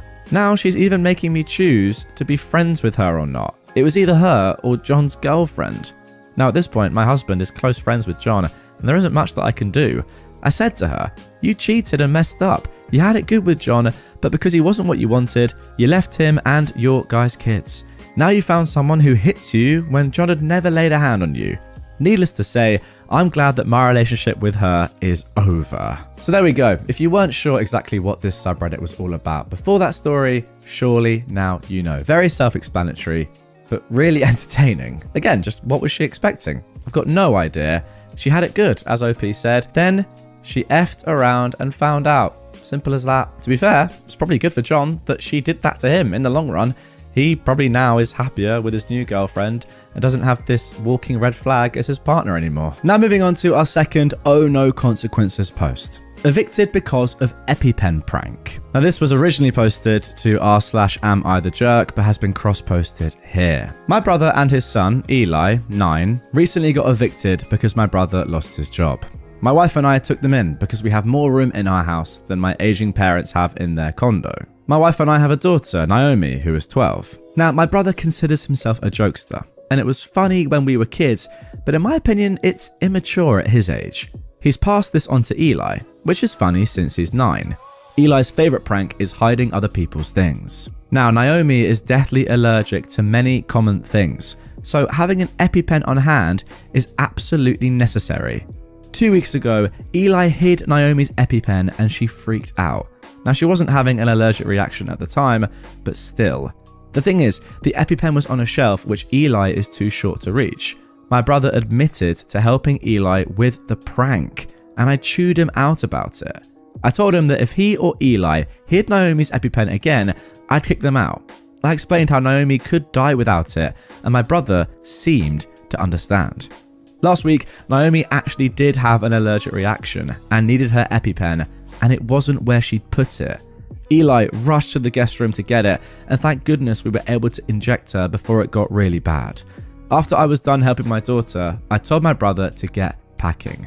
He said that I wasn't being fair because Eli had stolen it on his own this time, that it was just a prank, and Eli's just a little kid, etc. Pretty much everyone is annoyed at me because my parents really don't have that much space for 2 extra people in their home. They're calling me heartless for kicking them out over a kid's prank. Again, what do you expect? I mean, come on. How is this ever a prank? Like, if Eli wasn't at home and nobody else could find where the EpiPen was, Naomi could easily have died. But it's a prank, guys. Relax, bro. It's just a prank. Like, I think if there's one thing that you just don't play with, it's people's life-saving medical devices. That, I think, is a commonly held belief. It's one that I have. It's one that I've had for the majority of my life. And I think it's one that the majority of people should have as well. But what's crazy is that your brother is saying, no, it's unfair. It was Eli on his own. Well, who enabled him to do this prank in the first place? Him. It's obviously his fault, and they've got to go. Am I the jerk for giving my ex-girlfriend her ticket for Taylor Swift, but cancelling everything else? I'm working overseas right now, and I managed to get tickets for Taylor Swift in Singapore. The concert is this coming Saturday. My plan was to fly my girlfriend over for a little vacation. It's a long ways from Connecticut, so she was going to be staying for 10 days. I was clear and I told her that we'd have 2 weekends together as well as the evenings, but that I still had to do work during the daytime. Last week she called me and said that she was not okay with us being long distance and that after the concert we were over. I asked for clarification. She said she would come for 10 days and that we could have fun, but that we were done. I can have fun without paying for it. I transferred her the 1 ticket and cancelled everything else. She called me to scream at me for cancelling the flights and hotel. I told her that I wasn't going to discuss it and I hung up. I blocked her on everything. I'm hearing from people back home that she has since lost her mind. She'd been bragging about getting to see Taylor Swift and the vacation. Now she's telling everyone that I cancelled the plans just out of the blue. I guess that is sort of true. I didn't discuss it with her before I made my decision, and I did what I did. I mean, yeah, it's sort of true, but you had reason to, come on. I unblocked her long enough to offer to buy the ticket back if she wasn't going to use it. That conversation was unpleasant and involved a lot of profanity. The upshot was that she would rather let it go to waste than let me have it. Her friends have been defending her and calling me a jerk. My position is that I would feel like a John flying her over for fun. Wow, the audacity to message your boyfriend and say, look, I'm going to break up with you, deal with that, but only after I come and enjoy a really nice holiday that you've paid for and this amazing Taylor Swift concert. And then we can also have some fun as well. But yeah, after that, yeah, we're done. Sorry about that. Again, as I've said now, twice, what did you expect? I mean, it is just the definition of a gold digger, right? You know, make sure you get the value first. Like, extract and squeeze your boyfriend for as much money as you possibly can and a fun time before eventually parting ways. It's great. It really is. It's foolproof, apart from the fact that it's so obvious what you're trying to do. Now for our fourth story. Old racist accused me of being a drug dealer, but tried to play nice when she found out I was a federal agent. This happened in the early 90s when I was in my mid-20s. I was a federal agent, a special agent with the Inspector General Office of a cabinet department. Inspector General agents investigate allegations of fraud, waste, and abuse in those federally funded programs. After training, I was assigned to an office in one of the Plains states. I was young, black, single, and bought my first car, a red convertible sports car. I resided in a nice apartment complex which had a mix of tenants, young, old, single, and couples, but majority white. The department provided me a take-home car, so my car was mostly driven on the weekends. I wore a suit to work. I wasn't loud, I didn't throw wild parties on the weekends. I usually worked 10 hours or more per day, and I didn't have many visitors. I still consider myself a country boy and would speak to anyone I pass, especially if we make eye contact. Most neighbours, regardless of age or race, spoke if they saw you. But there was a particular older white female, possibly in her 70s, that I spoke to for months, and she never uttered a word and would never look at me, even if we were walking right past each other. I finally quit speaking when she did finally look at me and gave me a stink face. A month or two after I quit speaking, she started smiling and speaking, but I didn't respond. Unbeknownst to me initially, shortly after I moved in, she'd been calling the DEA and local law enforcement agencies, saying that I was a drug dealer and needed to be checked out. I had a sports car that just sat there, even though she knew I drove 2 cars. My personal plates came back to my office address, and the work plates showed not on file, which meant another law enforcement agency running that plate would have to contact the state DMV to physically pull the registration. The law enforcement agencies she contacted wouldn't have told her I was also a law enforcement officer. After months of complaining about me to the management office, the maintenance man finally told her I was a federal agent.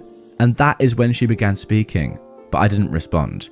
I was walking around the parking lot to cool down after a run, and she spoke to me again, saying, "Hey there, Mr. Federal Agent, how are you?" I gave her a side glance, but didn't say anything, and she responds, "Look, I tried being nice, I'm not going to try anymore." I was annoyed. I initially started to let it go, but then I didn't want to go off on someone else later that didn't deserve it. So I turned around to verbally confront her. I was about 8 feet from her, and I didn't get any closer because I didn't want to be accused of trying to attack her. Racist or not, she was my elder, so I had to show her that courtesy. So I wasn't going to curse, and I didn't want to yell. All these years later, I still remember most of that confrontation, which went something like this. "You're not going to try anymore? Woman, I spoke to you for months and you never opened your mouth until you found out I was a federal agent. Do you think you can call other law enforcement agencies to have me checked out and I wouldn't find out about it? Well, your car just sits there and..." I cut her off. "You've seen that I drive 2 cars, and I must be the lamest drug dealer around since I don't have many visitors, and I don't come and go at odd hours either. But your car just sits there." I cut her off again. "What about the young white girl that lives there? What does she do for a living?" As I pointed to that unit. "Did you call law enforcement on her?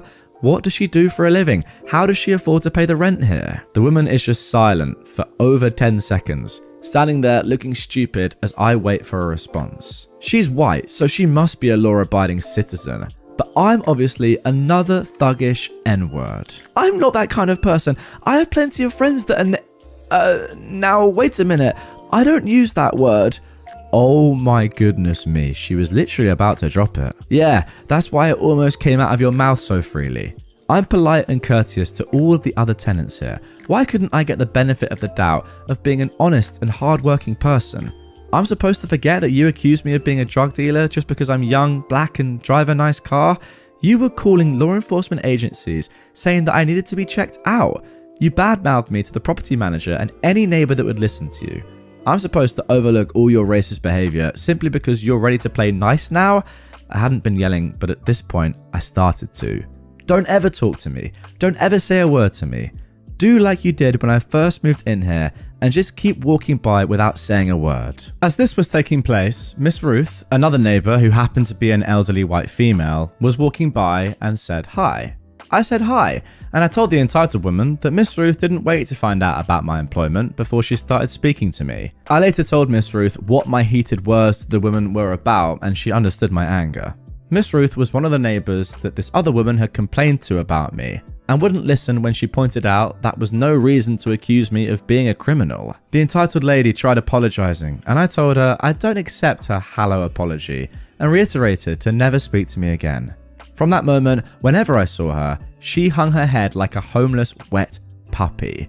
My apologies to homeless wet puppies for putting them in the same bag with an old racist, and wouldn't look at me. Yeah, guys, I mean, if we weren't sure she was definitely 100% racist, she did just start to say the N-word there without any real hesitation. Jesus, what a disgrace. So weird. I mean, oh no, are you serious? A black guy with money has just bought a house, a property in my neighborhood? He must be a drug dealer. It just has to be. Oh wait, he's not? Alright, I'll be nice and talk to him then. You are a racist disgrace. I cut ties 7 years ago with an ex-friend, and she attempted to sabotage my relationship. Several weeks back, I made a post about an ex-friend, Rachel, who I cut off because of her possessiveness and jealousy. To briefly summarize, she confronted me at an outing and told me I would have to abide by her rules of needing her approval for anyone coming into my life. I cut her off and haven't spoken to her since. The previous post I made was about a mutual friend of ours who told me over the past several years, Rachel had caused most of our friend group to distance themselves from her. And Rachel asked to speak with me first to apologize, which she hoped would make our friends be more accepting of her apologies. I didn't agree to go along with this, and from what I heard, this caused her to call and text our friends, going back and forth between bashing everyone and then begging for their forgiveness. I've had her blocked everywhere, so she didn't attempt to reach me. I've been with my girlfriend for a few years, and she's really amazing. Now, she is aware of Rachel and knows how problematic she was while we were friends. Yesterday, Rachel sent her a message on social media accusing me of cheating and providing dates and times of this cheating. These dates were days that I was with my girlfriend, so they didn't match up. She showed me the messages and asked if she could press further for more information, which I agreed to out of curiosity. Rachel began to word vomit and lie after lie was being sent to the chat. My girlfriend thanked her and said she would speak to me, but we left it at that. This morning, my girlfriend made a post of the both of us out on a date this past weekend with pictures and some loving words. A couple of hours later, my friend B said that Rachel was calling the last of our friends that she speaks to with the same accusations of me being a cheater. Nobody believed her. She lashed out at them and they're now all blocking her. As of right now, Rachel has been on social media having a meltdown, posting about betrayal, fake friends, and oddly, the one who got away. I can't say with certainty she's referring to me as this one, but it would explain a lot. Now, OP, I've got to say, I'm just happy that you are very secure in your relationship with your girlfriend, because, you know, a less secure relationship that's going along perfectly fine, right? You know, it could be just in like the early phases where you're both trying to work each other out and you're both not entirely sure, but, you know, you're both in it, but you're not like, you know, years and years down the road.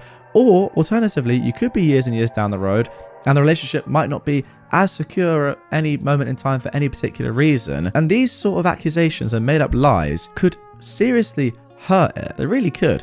I mean, if you get a random message from someone, or even if it's like someone's, your partner's friend, and they say this sort of stuff, you know, out of nowhere, by the way, your partner is cheating on you or has cheated on you, and you don't know that they have like an ulterior motive or just doing it, you know, out of spite, like this girl clearly was, then you might think to yourself, oh my gosh, what's going on here? And either you would break up with them or lose a lot of trust, or the relationship could go awry. That's why I say I'm thankful that your girlfriend just went to you straight away and was just like, what's going on here? This doesn't make any sense, but I just want to let you know what's going on. Lucky is all I can say. Not lucky, but you've done well to be in a relationship like this that can't be broken up as easily as others potentially could be. Now, as for Rachel, yeah, I mean, what do you even say? What do you even say about a person like this? She's just unhinged, mental, deserves absolutely no one, and there's a reason why her friends are just constantly blocking her and getting rid of her. She sounds awful. And now for our final post of this episode. How to get fired by your hairdresser. So, my amazing, beautiful, super cool mother-in-law owns a high-end hair salon and is a very popular and well-respected hairdresser in our large tourist city. As everyone knows, the pandemic was particularly hard on many businesses, and especially in the way salons operate in general. When they were finally able to open again for the first time, wearing a mask was the law. Salons that did not follow this law were actively being fined and or closed. On top of that, my husband was diagnosed with a rare form of lymphoma around that time, which makes him extremely vulnerable to any and all colds, flus, and infections. This is where the real trouble started. My mother-in-law had a long-time client named Janet, but she absolutely refused to put on a mask. My mother-in-law explained to Janet that she had to wear one because it's the law, and she could be fined far more than her styling costs. Janet doubled down, ranting about her rights as an American, blah blah blah. My mother-in-law pushed back again with the law and the fines, but still, Janet remained unmoved. My mother-in-law now got as serious as a mum can get. She explained once again that her son has cancer, but Janet rolls her eyes. Yeah, I know, I read it on Facebook. Then you understand that if I get sick, I can't see my son or it could kill him. So what? Isn't he terminal anyway? Oh my gosh. Pause for shock while everyone in the salon just freezes for a second. My mum backs away from the chair. You need to leave. Janet, Pikachu face. What? Why? Then the second hairdresser gets involved.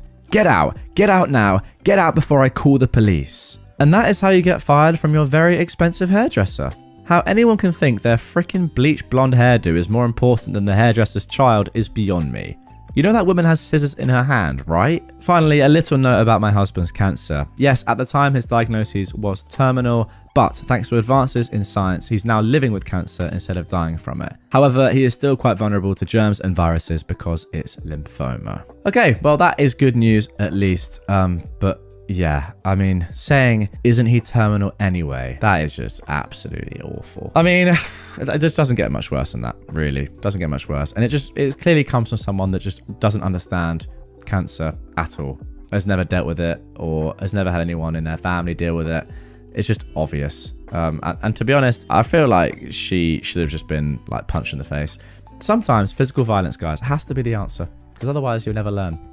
Now, I wouldn't actually ever preach that seriously, but genuinely, at moments like this, how do you make this person learn that what they're saying is just disgraceful? And how do you stop them from doing it again or just changing their perspective? You have to punch them in the face. That is the moral of the story. My father demands an apology after 10 years of no contact. When I was 11 years old, my parents divorced. My father cheated a lot, and my mother forgave him every time because she wanted to keep the family together. But then when I was 11, my father cheated again and ran off with this woman. What followed was a huge divorce with a lot of fighting and arguing. The only thing my father didn't want was us as children. It was decided that I had to go to my father at the weekends. Because where I live, divorces go through the courts, and they think it's important that children continue to see both their parents. During these weekends, I was used more as a kind of Cinderella by my father and his girlfriend, and I was systematically abused mentally and physically. Every time I made a mistake in their eyes, didn't do something the way they wanted, didn't get things done on time because I had a lot to do, I was beaten with objects or just by hand. My father's favourite thing was his belt, and my stepmother liked to use an electric fly swatter, which gives off electric shocks when you turn it on so that you can kill the fly without crushing it, so to speak. If you hold it against your skin with the metal part, you'll get a pretty hard electric shock. To this day, I'm terrified of electric fly swatters, even though where I live, they are very common household things. I managed to hide the abuse for years by wearing baggy clothes with long sleeves, whether it was summer or winter. Because of this, I quickly became the weird kid at school and had no friends. The abuse had enormous mental consequences, but I wanted to persevere because I was afraid that if I stopped coming on weekends, my father's girlfriend would work out her anger on my little sister. She was only 5 when my parents broke up. I withdrew more and more to my room when I was with my mother so that I didn't have to talk to her. My mother is a sweetheart. She's really sweet and friendly and only wanted the best for me. She thought I was having trouble with the divorce and that I was starting to go through puberty. She regularly suggested that I go to a therapist, but I always didn't want to because I wanted to protect my sister. When I was 16, my gym teacher found out about the bruises because I suffered an injury during sports class and she had to look at my legs. As a result, child protection was immediately called to see that I was covered in them. My mother was so shocked that she kept me and my sister at home from that moment on. The judge decided that the contact arrangements were terminated and that we as children no longer had to visit my father. My father has always blamed me for the fact that he no longer sees his children. He called me a bad daughter and said that I should never have told anyone what happened in our home. He felt that it was no one's business and that it was good parenting, that it would make me hard and grow up to be a strong woman who could serve her husband in this way, that if I behaved better and did what I was told, I wouldn't have to be beaten. 10 years have passed since then. Because of what happened and the fact that we lived in a small village, everyone knows what occurred and what he and his now wife did to me. I moved far away from them and cut off all contact. I went to therapy to learn to deal with everything. I have a very sweet partner who supports me and also helps me to overcome my fears that I developed because of my father. I regularly have panic attacks at home and I'm afraid of being home alone. We bought a video doorbell so I can see who is at the door without having to go to it because I'm afraid that he'll find out my address and come to see me. He's already tried to find out my address a few times through my sister since she has been in contact with him again for a few years. Her reasoning was that they've not done anything to her and they were always kind to her, so she sees no reason not to visit regularly. That is interesting. Recently, I received a letter from my father through my sister in which he demanded that I apologize for my behavior and that because of me, the entire village thinks he is a disgrace. Yeah, I wonder why. In the letter, he said that he is getting older and his hearing and vision are getting worse. He demands that I apologize to him and that I introduce him to my partner, who really doesn't want that because he knows my entire history. He thinks he's been a good father and that being raised by my mother has made me soft and that I am now a bad woman because I'm pursuing a career outside the home in biology. My sister tells me that I should just say sorry and that he will really leave me alone afterwards. He really just wants to hear that he was a good father and that I regret talking to people 10 years ago when they saw my bruises. But I really don't want to. But my sister and father's family keep pestering me to say that I should just do it so that he can close it off and the village will no longer find him a shame. I really don't want to, and I haven't slept at night because of it.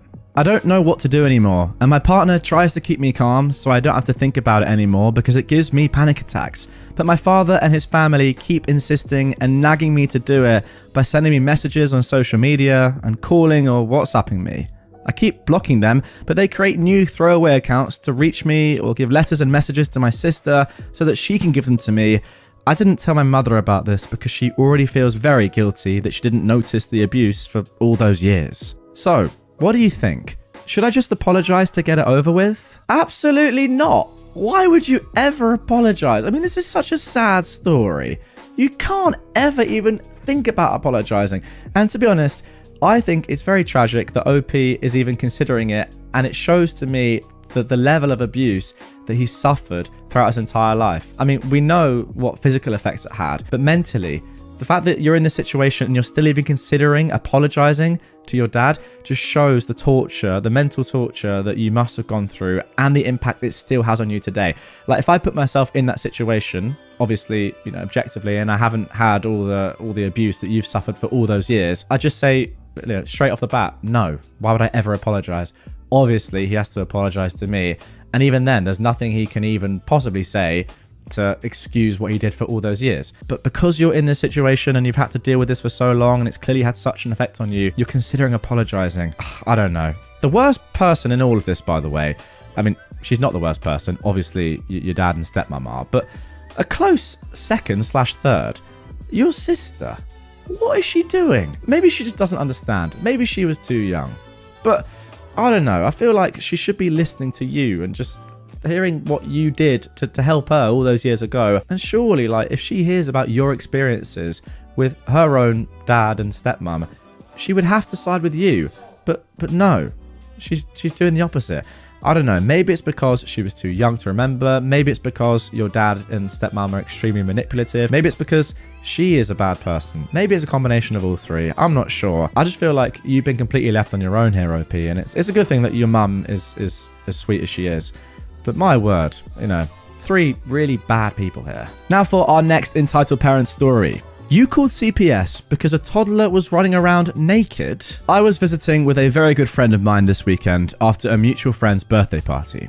We'd all gone, but it wasn't really a place conducive to quiet enjoyment of a friend's company. There was lots of noise and lights and sugary birthday goodies that everyone partook in, including my friend's two sons. Now one of them isn't one yet, and the other is balls deep into the terrible twos. The answer for everything is no, even when the answer was meant to be yes. It's hilarious, mostly because I can go home. My friend and his wife, they're tired, understandably so. So we were sitting in front of the TV and minding the boys, while my buddy's wife wanted some time not spent in the immediate vicinity of her offspring. Which, honestly, fair. She got drove off in her car and went I know not where, and we divided the labour equally. My friend had the kid who couldn't walk yet, and they were curled up on the couch. I think the intent was for a quiet nap. Me, well, I was stuck with the 2-year-old, and we had beef. At one point in the birthday party, I was playing skee ball at an arcade and offered my last ball to the 2-year-old.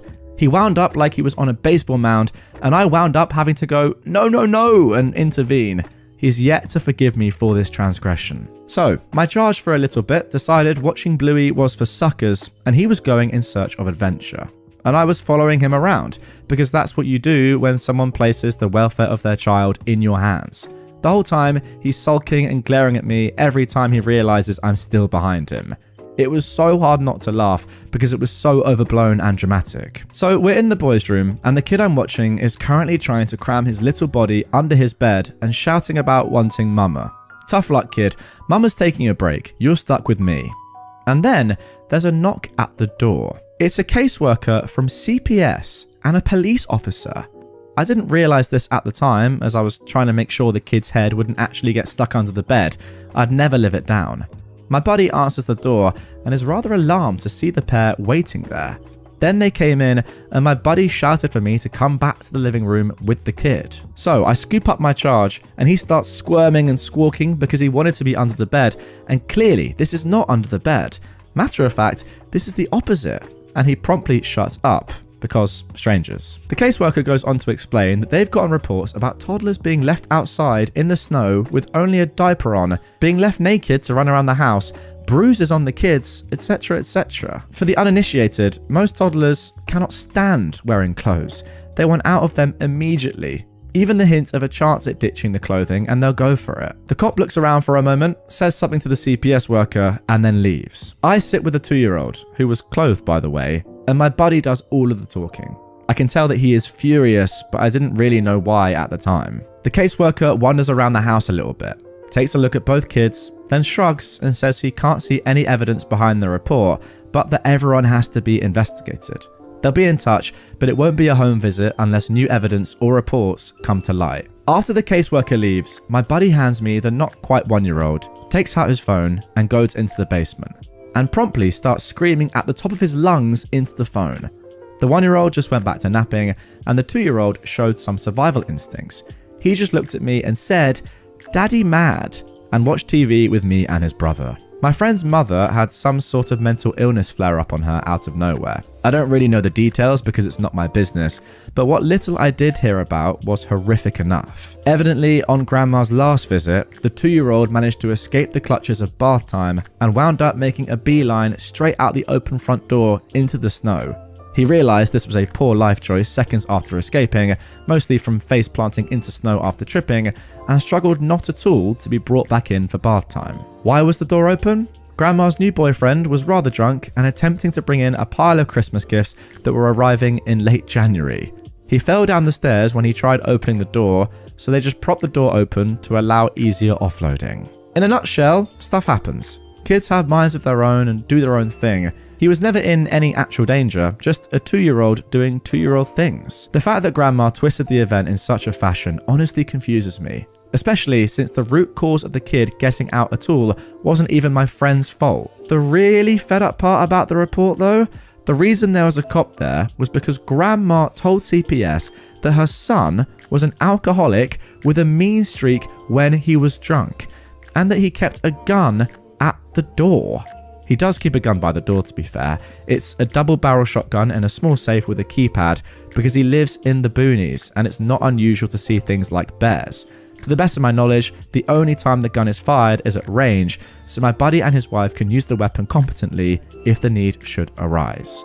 Her own son, though. Now, some parents can be difficult, all right? I hold my hands up. Some grandparents can be difficult, some parents can be difficult, and, you know, not always is it a good idea to have your parent look after your child. I do feel like this is one of those occasions where maybe you don't let your mum look after your kid anymore. I do, though, have to say that there's levels to this game. Calling CPS on your own son, that is mad. I don't really understand even why she did that. Okay, sorry, she didn't call CPS, someone else did. But then, sorry, the grandma saying that her own son was an alcoholic with a mean streak is absolutely mental. That's the reason why the cop was there, of course. I don't know, like, it's bad enough that someone calls CPS. I think, yeah, it happens, you could say, but also it's not great. I mean, a 2-year-old being able to run outside on their own, it's very dangerous. As we saw with a story not long ago, you know, a kid abandoned on their own outside can have serious repercussions. But then, yeah, doubling down and saying, oh, actually, no, it's because of my son who's an alcoholic. Mad. And look, I get it. She has a mental illness. Does that excuse this? Does that allow for this? I would say no. Obviously, you need more context there. But yeah, I think the easiest thing to do is just, you know, maybe you don't cut her off, but just don't let her ever look after your kid. My husband of 7 years, we are both 30 years old, is really angry that I refuse to quit my job to become a stay-at-home wife/girlfriend. Not sure what to do. This was originally posted on April the 2nd, 2023. I love my husband, and he is an amazing man, but we have flaws like everyone else. We both aged out of foster care and met at a youth fulfillment program, basically a work camp that helps kids with no families learn the fundamentals for living, finances, certificates as needed. We were both 18 and stayed in contact after the program ended. He made it clear he liked me, but I was truly petrified of men at that point in my life due to past experiences, and I rejected him a bit harshly. I reached out to apologize and we became friends. Then, a year or two later, I saw he posted on Snapchat that he was in my area. I asked if he'd want to go on a date so I could practice being comfortable around guys, and he agreed. He never made a move, never touched me, never made weird eye contact. If I said no, he didn't ask a second time, not even as a suggestion. We went on these platonic dates for months with nothing happening, and one day I asked for a hug and then asked for a kiss, and he asked me to be his girlfriend. We got married a year after, and our 7-year anniversary is around the corner. We agreed that we would not even think about having kids until we were older, since both of us were the product of young parents. We've really just only focused on getting by, on using as little money as possible, and saving up every dime to buy a house. Thankfully, we got our house a few months ago, and we were both able to quit our second jobs, and for the first time, only work regular 9-to-5s. Yay! I've discovered I really like gardening and baking, and I love having a real home. We've been discussing adding to our family by having a baby, and I feel very ready to be a mum. Scared still, yes, but ready. But my husband brought up how sad I would be if I had to quit since I've worked so hard. I told him I had zero plans to quit my job. I'd only take maternity leave. Plus, my company allows maternal and paternal remote options for 1 year after birth, so I can just work from home if needed. I know it's a lot to do with a newborn, but giving up the security of my paycheck is simply not an option. He told me this was what we worked for, to make our own perfect family, opposite from what ours were like. And I was blindsiding him by changing my plans. And I told him, no plan has changed. I can have a career and be a mum. Plenty of women do it. He doesn't have to quit his job to be a dad, so why should I? He said it wouldn't work for a baby's needs. And I told him, okay, since I make more money than you do, why don't you quit? And I go back to work remotely after healing from birth. That way, we have both hands on deck, and we don't have a severe loss of income, as I make $89,000 per year and he makes $52,000 per year. He mentioned that if I trusted him fully, this shouldn't be a problem. I told him I trust him, but I don't trust our current economy. However, I left out that I really do genuinely think quitting my job with no savings, wiped out by getting the house, and relying on a man is absolutely stupid. He had plans made previously with his parents and had to leave, so he said we'd pick the conversation back up when he gets home, but he's very, very upset, madder than I've ever seen him, and I don't understand why he just assumed I would quit. Not only do I not understand it, but it makes me trust him a lot less than I did yesterday. I have a bad habit of running for the hills when problems come up, and not gonna lie, this is making me really nervous. Thank you for reading all of this if you have. I'm open ears as to what could be going through his mind or why he's thinking like this. It really just doesn't seem logical to me. He's been watching all of these videos of stay-at-home wives and girlfriends, and I feel like this is influencing him a lot. Okay, so that is it for the initial post. Let's get into some relevant comments. Someone said, so this is just my opinion. I think his childhood and upbringing trauma is playing into this a lot. This doesn't sound like a situation where he wants to control you, like in some other posts, but more like a situation where he's idealized what a perfect family might look like, and so he wants to give his children that. You two might need to go to couples counseling for a while. Figure it out with a therapist to help intercede and help him understand. Financial security is important. Hold off getting pregnant until you guys have been in couples therapy for 6 months or so and have begun working towards some common ground. As for him going off to meet his parents, is it possible having them back in your lives is contributing to this need for a picture-perfect family? Just curious. OP replied to this. Thank you for this comment. I've been thinking about it for most of the day now. The parents he went to see are foster parents, but there were some legal issues going on and they had to release guardianship. He lived with them from the age of 10 to 15 until ending up back at a group home and aging out, but they always stayed in contact and he considers them as parents. But they never lost contact, so I'm not sure if that would be it, but he didn't start seeing them in person again until 2 or 3 years ago. I've never thought he was controlling, but we've talked in the past about this type of thing, and I've always told him I would never want to be a stay-at-home mum. Maybe at most until they're in elementary if he was making a lot more money, but we're not at the income level / networking level where I can get away with having 5-year gaps in my employment. Neither of us have attempted therapy again, and most of our experiences were less than pleasant with DHR and child services counsellors, so I'll see if he's open to the idea. Okay, interesting start to this one. Yeah, I don't know really what to say other than the fact that this clearly isn't like an economic issue in his mind. He isn't saying, okay, we can now afford to do this because I earn loads of money, you don't earn as much. Not that he'd necessarily say this, but if he's thinking, okay, maybe for financial reasons, having a kid, we might have to pay for a nanny or something, but I can manage on my own working. Maybe you deal with the kids for a little bit and then come back into employment. It'll be fine, etc. It's not that, because you, OP, earn so much more than him. So you're right. If it was the case that he was really after one parent to stay at home and he wanted that for your children, then he would have to be the one to do that, right? Surely, for the financial security of your home. But that isn't the case. So yeah, it's clear that he's got some sort of, picture in his mind of his ideal for a family that involves you both putting yourself into a pretty tough position financially.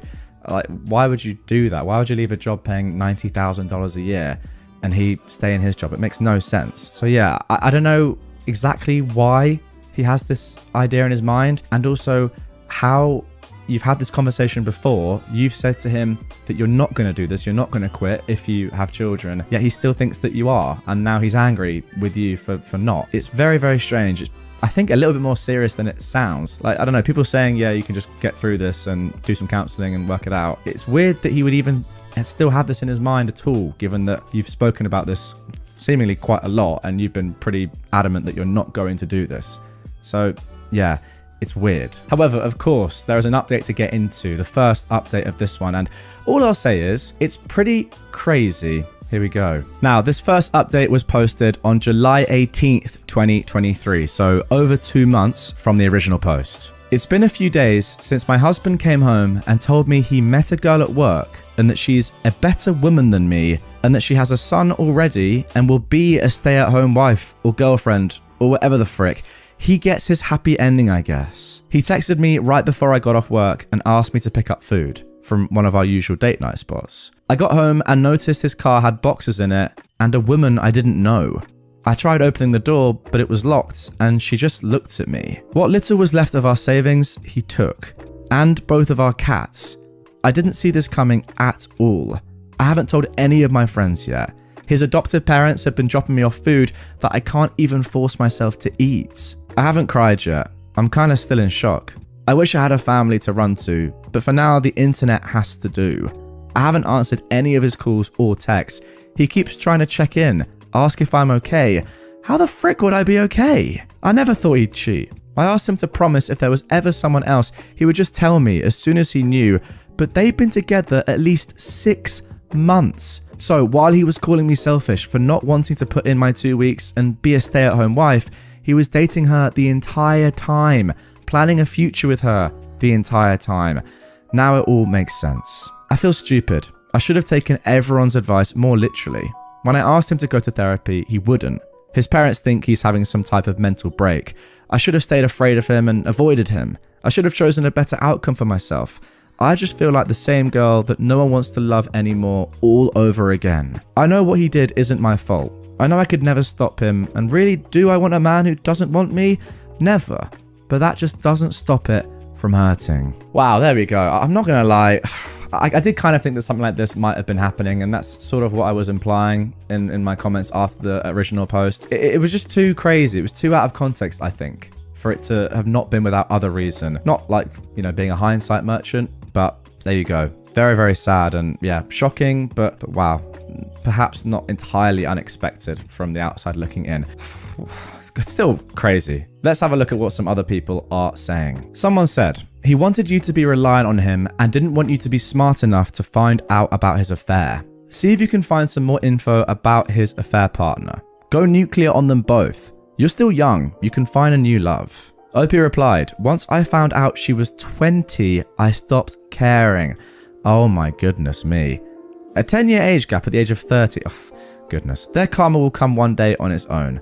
I doubt I'll be able to stop myself from having to do hard time in prison if I ever see them again. Someone else said, let's be real. She grabbed onto him with her kid, and he'll leave her just as fast as he left OP when he realizes he doesn't actually want what he thinks he wants. Mostly because he'll realize it's not what he thinks, or it's way too hard for him to do. OP says, his mum, adoptive mum, called me and is already coordinating to drop the cat back off. He didn't know his new girlfriend is allergic. At least I get a little laugh already. Oh my god. That just shows how little he knows her. My word. If he didn't even know that, the same person replies, imagine what other surprises he's going to discover. Yes, exactly. What did he do? Just grab the first woman who'd agree with his idea of what a relationship looks like and say, she'll do? Yeah, to be honest, it does kind of feel that way. Okay, now let's get into the second update. This was posted on July 27th, 2023. I really want to say thank you from the bottom of my heart to all of the people who reached out to me with well wishes, especially other spouses who experienced similar. It helps so much more than you could ever know. There have been a few things that have happened, and honestly, I'm exhausted in every way possible. So the input from folks has been really useful in organizing my thoughts and keeping an open mind. I couldn't help it, but for days I compared us and wondered what the frick he could have been thinking until I realized she is a carbon copy of his biological mother, or at least the stories he heard about her since she died when he was 5. I hate that I feel bad for him still, even after what he's done, but we offered him support for his thoughts. We urged him to go to therapy. I even offered to pay for it myself, and he was too prideful. I lost both of my parents too, at an older age with even more core memories with them, so it wasn't a boat he was in alone, but he chose to act like it was and wallow in self-pity. He called me on our 7-year wedding anniversary, minutes after midnight, whispering apologies and saying he feels so guilty. I asked for what, and he just said, well, you know, what we're going through. I told him, no, it's what you're doing. We are going through nothing. I was abandoned by my husband, exposed to God knows what, while you were screwing her and coming back home to me. We were still having sex like every single day, so I made sure he knew just how disgusting I thought he was. Then he got angry and told me he only started cheating because I couldn't follow his lead. Sir, look where you led yourself. Our entire marriage, I've pushed him career-wise. Heck, the job he has right now, I apply to on his behalf. Meanwhile, I'm pretty sure he doesn't or didn't even know what my full-time job title is. I pushed him to reach out to the adoptive parents when he started getting family obsessed, but neither of us were ready for a kid. He went on about how I broke my promise first when I decided I didn't want to be a real mum by not quitting. That I was turning his adoptive parents against him because they are refusing to meet his new girlfriend. He blamed me again and then had the nerve to say that this could all be put on pause if I can learn how to make decisions that benefit a family and not myself. Guys, you might have heard that there. I genuinely just cringed reading the end of that sentence. Wow. I asked point blank if he was insinuating that we could get back together if I quit my job. He told me, yes, I will always love you, but you make things more difficult than needed. I hung up and blocked him on everything.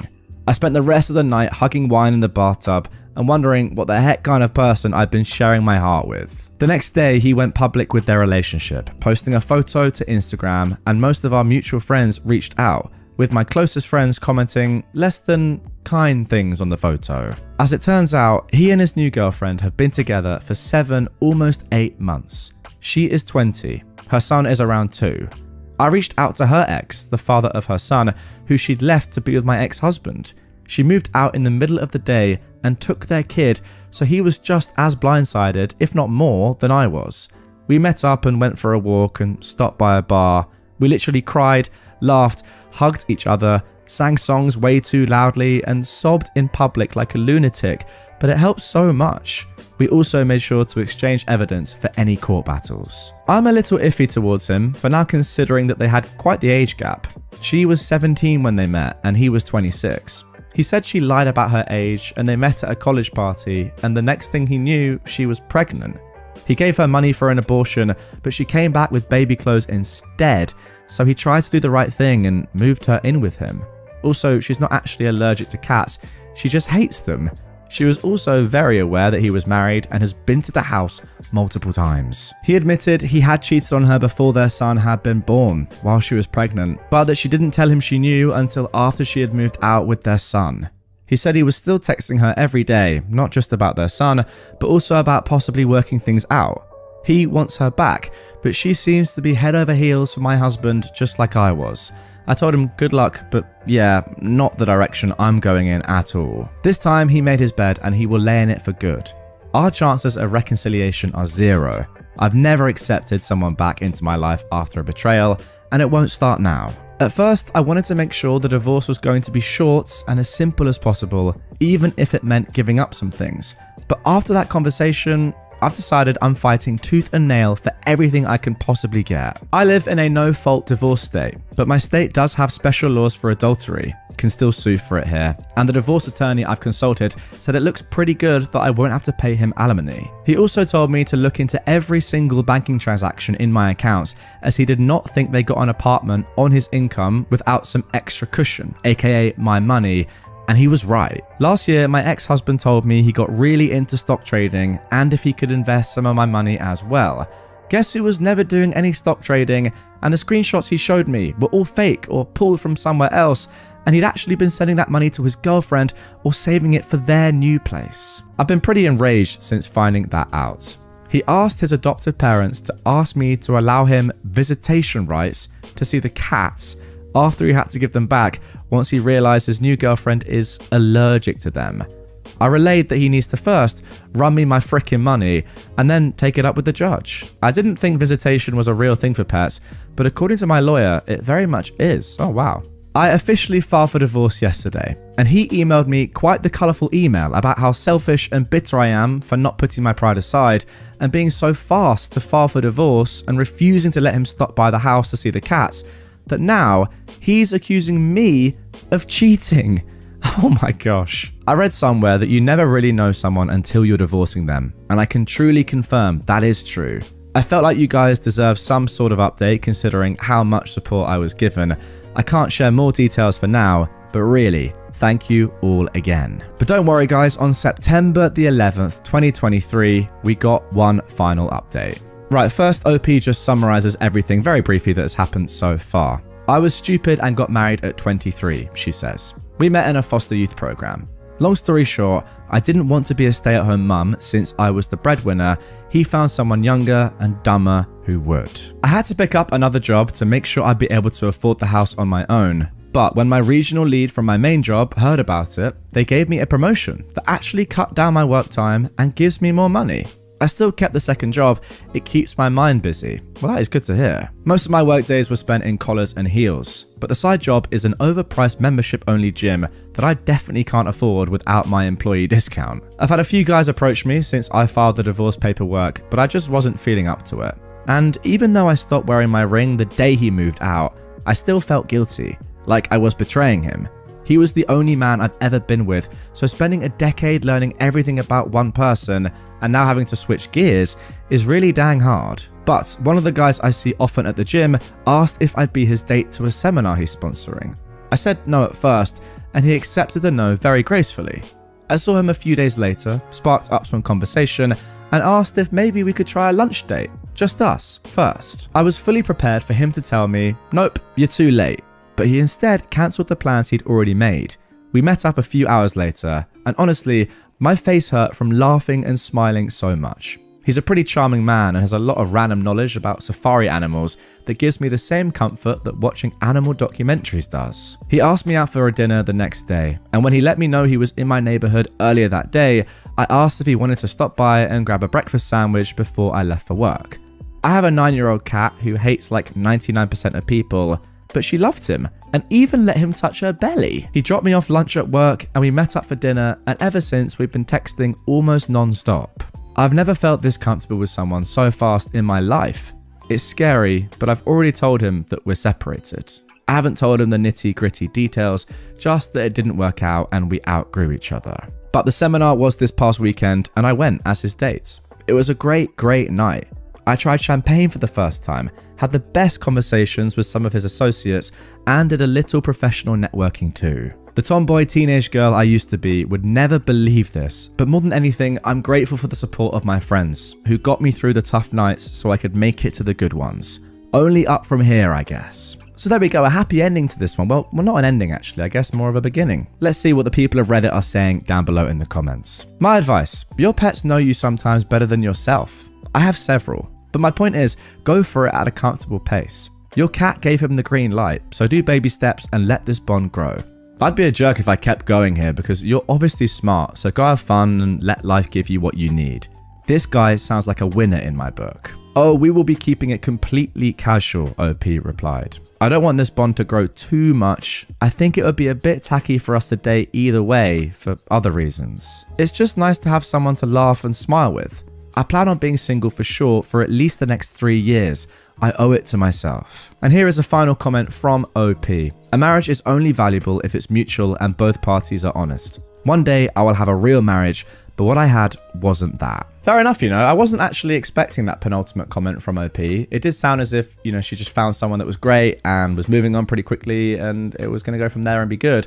But actually, what she's saying is probably a bit more sensible than that. Taking some time just to relax after being completely blindsided out of nowhere after 7 years of seemingly happy marriage, and then that just happens. I mean, it's crazy. If any of you have any experience of that, get in the comments down below. Explain to the people, me and everyone else listening and watching right now, what happened and what was the conclusion, because it's a pretty crazy thing for someone that hasn't had that experience to consider as a possibility in life. But yeah, I think sensible from OP to just chill, have some fun, There's nothing to say that you can't be with this man in 3 years, but yeah, just relax in the meantime and don't make any drastic decisions. I mean, the one thing that I definitely do hope, as much as OP has a great life, is that her ex has a terrible one and that his relationship fails terribly. That'd be great, and it would be great karma. So I hope that happens. But yeah, overall, a promotion, doing less work and getting promoted, that's great. And meeting some guy who your cat really gets along with, that's also great. So yeah, best of luck in the future, and I hope everything works out. I know I'm the jerk here. I found out my streamer boyfriend was cheating with internet girls and I took his whole setup away. This happened last week and I'm super petty and still angry, so sorry for the rant. I am a 25-year-old woman and my boyfriend, well ex, who is 28, got into an accident last year. He's still trying to get a job, but it hurts him to stand for long periods of time. He currently gets unemployment, but otherwise I pay for everything. We have a lease together and I pay for most of it. During this time, I was thrilled that he was bringing in $100 to $200 a month streaming on Twitch, because looking for remote work has been terrible.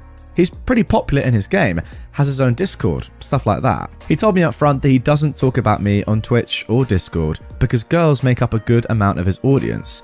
I've seen some of the comments on Twitch, pretty usual simpy stuff which he warned me about. I get it. I used to stream on and off too. I noticed him spending more and more time streaming, but there was no increase in money.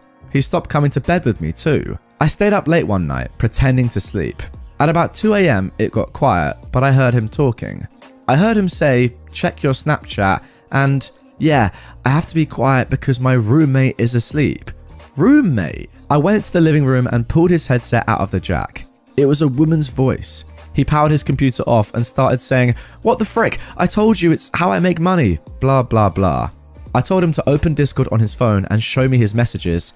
He refused. Maintaining the illusion of being single for the sake of work, I understand. But what he's actually doing, a little graphic, sorry, in my eyes, is cheating. I grabbed his phone and locked myself in the bathroom. He didn't change his password, so I got into his Snap and Discord. All girls. Nudes and videos saved on Snapchat of them doing stuff together. There were Discord messages saying he can't voice chat because his roommate is so loud and annoying. Conveniently, these were hours I'm home from work. All these girls seem to all think he's in a relationship with them. I didn't get to see too much else because he was banging on the door. Now here is where I know I'm the jerk, but I don't feel bad. I grabbed a few things and left. I went back in 2 days with my previous ex and 2 best friends. I'm super petty, and he's always been insecure about my ex. We were no contact because of it, but I didn't hesitate to tell him everything. I also rented a small U-Haul. Not gonna lie, if you're gonna humiliate me behind my back, I'll humiliate you to your face. I get it, it made him feel unsafe, having a guy he's insecure about standing there, keeping me safe, but I still don't regret it. I Venmo'd him the electric Jew and wrote it on the message. I grabbed all of my stuff, including the ring light and mic he uses to stream. His successful streaming career can help him pay for new ones. The router's mine too. The desk is mine, his computer went on the floor, the bed's mine. He can have the couch though. The air fryer's mine. I pretty much took everything I outright paid for or bought. I told the landlord I won't be renewing if he chooses to renew the lease, and I paid final rent. Luckily the lease is up in 2 months. I really hope he rots. I cooked. I cleaned. I supported his streaming career. I was so naive. I knew people could be like this, but I never expected it. I haven't gamed since then. I'm sick to my stomach. My Switch is laying in the bottom of my suitcase. I haven't logged in to feed my pals in Pal World. I hope this hasn't ruined gaming for me forever. He hasn't even bothered to reach out. Probably playing the victim. Okay, so there we go. That is the post, but OP has actually left a couple of comments down below. First of all, she says, "Wow, thank you for all the comments." Obviously, they're extremely positive, as you guys can probably imagine. She says, "I guess I was tripped up that if I was a guy doing this to a cheating girl, it would definitely come off abusive in some way. So I figured I'm being a jerk, but I don't care." But in reality, I think we can all agree, there's no way that OP is the jerk here at all. This is just good karma. Now here's a further edit from OP. "This is my last petty action. In the game he plays, there are competitive 50v50 wars. Each account is locked, I believe, for 48 hours after each war to prevent the same 100 people being in every war. To counter it, the players all share Steam passwords with no 2FA so they can loophole the system. Well, he didn't change his password. I dropped all his items on the ground, handed his gold to random people passing by, and spammed some gross stuff on global chat because this company is notorious for permabanning and saying, 'Won't respond to you again if you try to pester them.' Bye bye 10,000 plus hours." And then one final edit. "You guys are insane. This post got circulated in some discourse from the game. I still won't confirm identity, by the way. It's his choice to own up or not. He ended up refunding my Venmo with a message asking to talk, so I will do that tomorrow. I may or may not update, but either way, thanks for all the support, everyone. It felt so good to get it off my chest." And as of today, at the time of recording, we haven't had a future update. Let me just check. When was this originally posted? Yeah, just 19 hours ago at the time of recording. I want to give you guys the freshest stories on the internet. So yeah, there probably isn't time for an update, But if you want me to, I will look out, and if there is another one, I can give that to you guys. Just drop me a comment down below. But yeah, it's crazy, isn't it, that OP thought she was the jerk here, when she's the one being cheated on, and all she's doing is saying, no, I'm done with this relationship, and I'm taking back the stuff that I bought that is mine. Doesn't matter if you're lending it to your boyfriend to stream. And by the way, is he really justifying chatting to other girls and not saying that he has a girlfriend because he's making $100 to $200 a month? I mean, really? No disrespect, it's an okay amount of money, but you cannot even get close to living on that amount of money. Let's just all be honest here. So yeah, saying that, oh, I need to maintain this facade that I'm single because I'm making so much money from these simping girls online. Absolute bull. Just clearly an excuse to cheat. All right, now for our second story of this episode. This one involves another cheater. Now, this was originally posted on October the 16th, 2023 on the subreddit r/survivinginfidelity with the title, "My wife just told me she's been seeing someone for the past 6 months. Been married 8 years, 5 and 6-year-old kids. I've been madly in love the whole time and she's an amazing person and mother. Literally keeps the family together and is just spectacular, truly." She was showing me something on her phone and I saw a text come in saying, "I love you more." And I asked who it was. She explained it was a co-worker that she's been helping out, and I thought nothing more of it. That day we had a lot of family over to celebrate our daughter's birthday, and it was a wonderful time. Some stayed overnight, so the next day, after a wonderful weekend, getting company out and putting the kids down, my wife said she needs to tell me something. Well, that "I love you more" was not from her co-worker.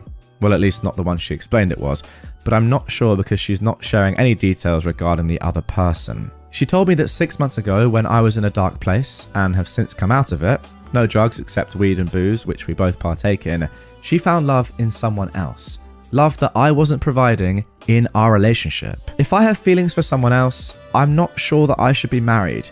It's not fair to you or me. I never planned for this to happen, but now that it's a reality, we need to deal with it. She explained that she wasn't looking for someone else, it just happened. A friendship that bloomed into more. She's also told me that they have not been intimate and explained that it's not a sexual relationship. She says that life is too short and she wants to be happy. She's proud of all the changes I've made and I've always been a good dad, but I've grown into a great daddy and my kids and I have never been closer. However, she wants to be 100% happy and the changes I've made haven't gotten her there, so she's seeking something else. She says this person may not be the 100% answer. However, she worries that I'm at the best spot I can be in and it's not enough, although she's not giving me specifics. We've had a beautiful, loving relationship. We know that we're good together and we have our stuff in line. We'd be the last couple that folks would think this is happening to. So I'm devastated. Absolutely, totally ripped apart, and I don't know what to do. We own a house together that we're making payments on. I carry no debt besides said home, and she's in the same position. We had a perfect life together, and I'm suddenly being blindsided by this 6-month relationship where she has feelings for the guy and thinks it's best that we split. I have no idea how to move forward. I've told her she needs to let her family know what's going on so that I can tell mine. It's her cat to let out of the bag. I'm just so sad for our kids. When we were dating and in marriage, cheating was the one thing that would break us. We both come from broken families. It was something I never wanted for our kids. I just feel so hollow and broken. She is, or was, my everything, and I'm so thankful for the 10 years we've been together. But I think the writing is on the wall, and I'm helpless. It's all up to her. I'm broken into a million pieces. Alright, extremely sad start to this one, but let's get straight into the update. This comes 5 months later on March the 7th, 2024, so pretty recently at the time of recording. She was caught by me catching a text at my daughter's birthday party saying, "I love you more." When I asked again what that was about, she said it was a co-worker that she's been helping. Now, because all the family and friends were there, I didn't push it. But again, later the next day, she came clean, saying that she's been in a relationship for 6 months. She refused to tell me who it was with or what they've done. I was devastated back then, absolutely destroyed, and 5 months later, I still am. So we spent some time apart and she continued her relationship with him. I did some digging in the meantime, and looking at the phone records, it was our son's baseball coach. I called her out on it and she still continued the relationship. I saw a lawyer. He told me to not leave the house or the kids and either try to work it out or said it's time to leave and see a therapist. My therapist says that she is a narcissist and that I should protect myself, protect my kids, and run. Come December, she said she had cut it off with him and wanted to try with me again. I gave her all the effort in the world, but I don't feel like her soul's been in it. She's not overcompensating or has even truly apologized for what she's done. I've also gotten access to her photos. I am the admin on the family Google account, and she doesn't know that I've seen all I have. She framed a picture of him and had it, or maybe still does, at her desk. I found naked selfies she sent him that I haven't even received. I found a picture of his naked butt in our beach condo, which I thought was a neutral space as we were sharing it during our time apart. I slept on those same sheets. I know that she was at a fancy restaurant with someone else. She screenshots all these deep love quotes that I know aren't about me.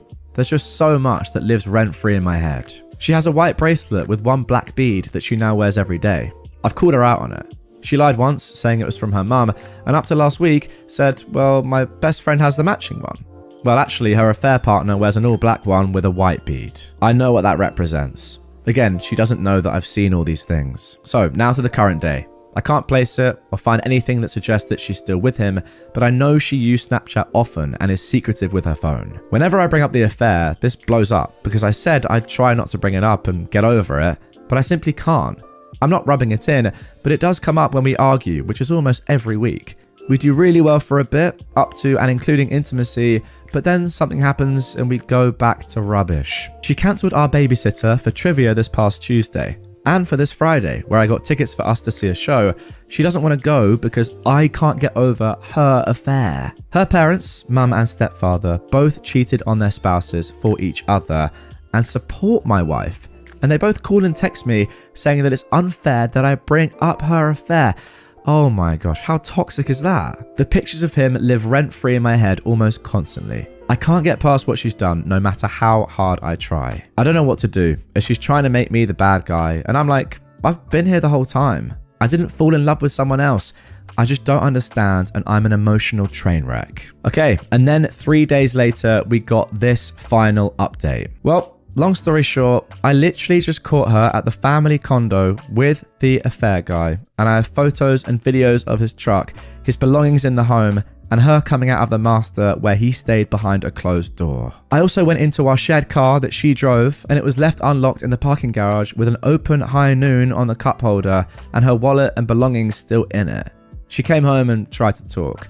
It was a calm conversation, but she kept saying it was my fault, and if I communicated with her last night, I grey rocked her, maybe she wouldn't have been with him. So I communicated that I will be home later this afternoon/evening, so she's unexpectedly watching the kids today.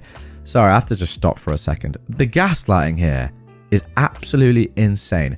If you talked to me last night, I wouldn't have gone and just cheated on you again. That is mental. Anyway, OP says, he wanted to hang out with them, and she took them away from me yesterday to go and do activities, and then I would do separate activities today.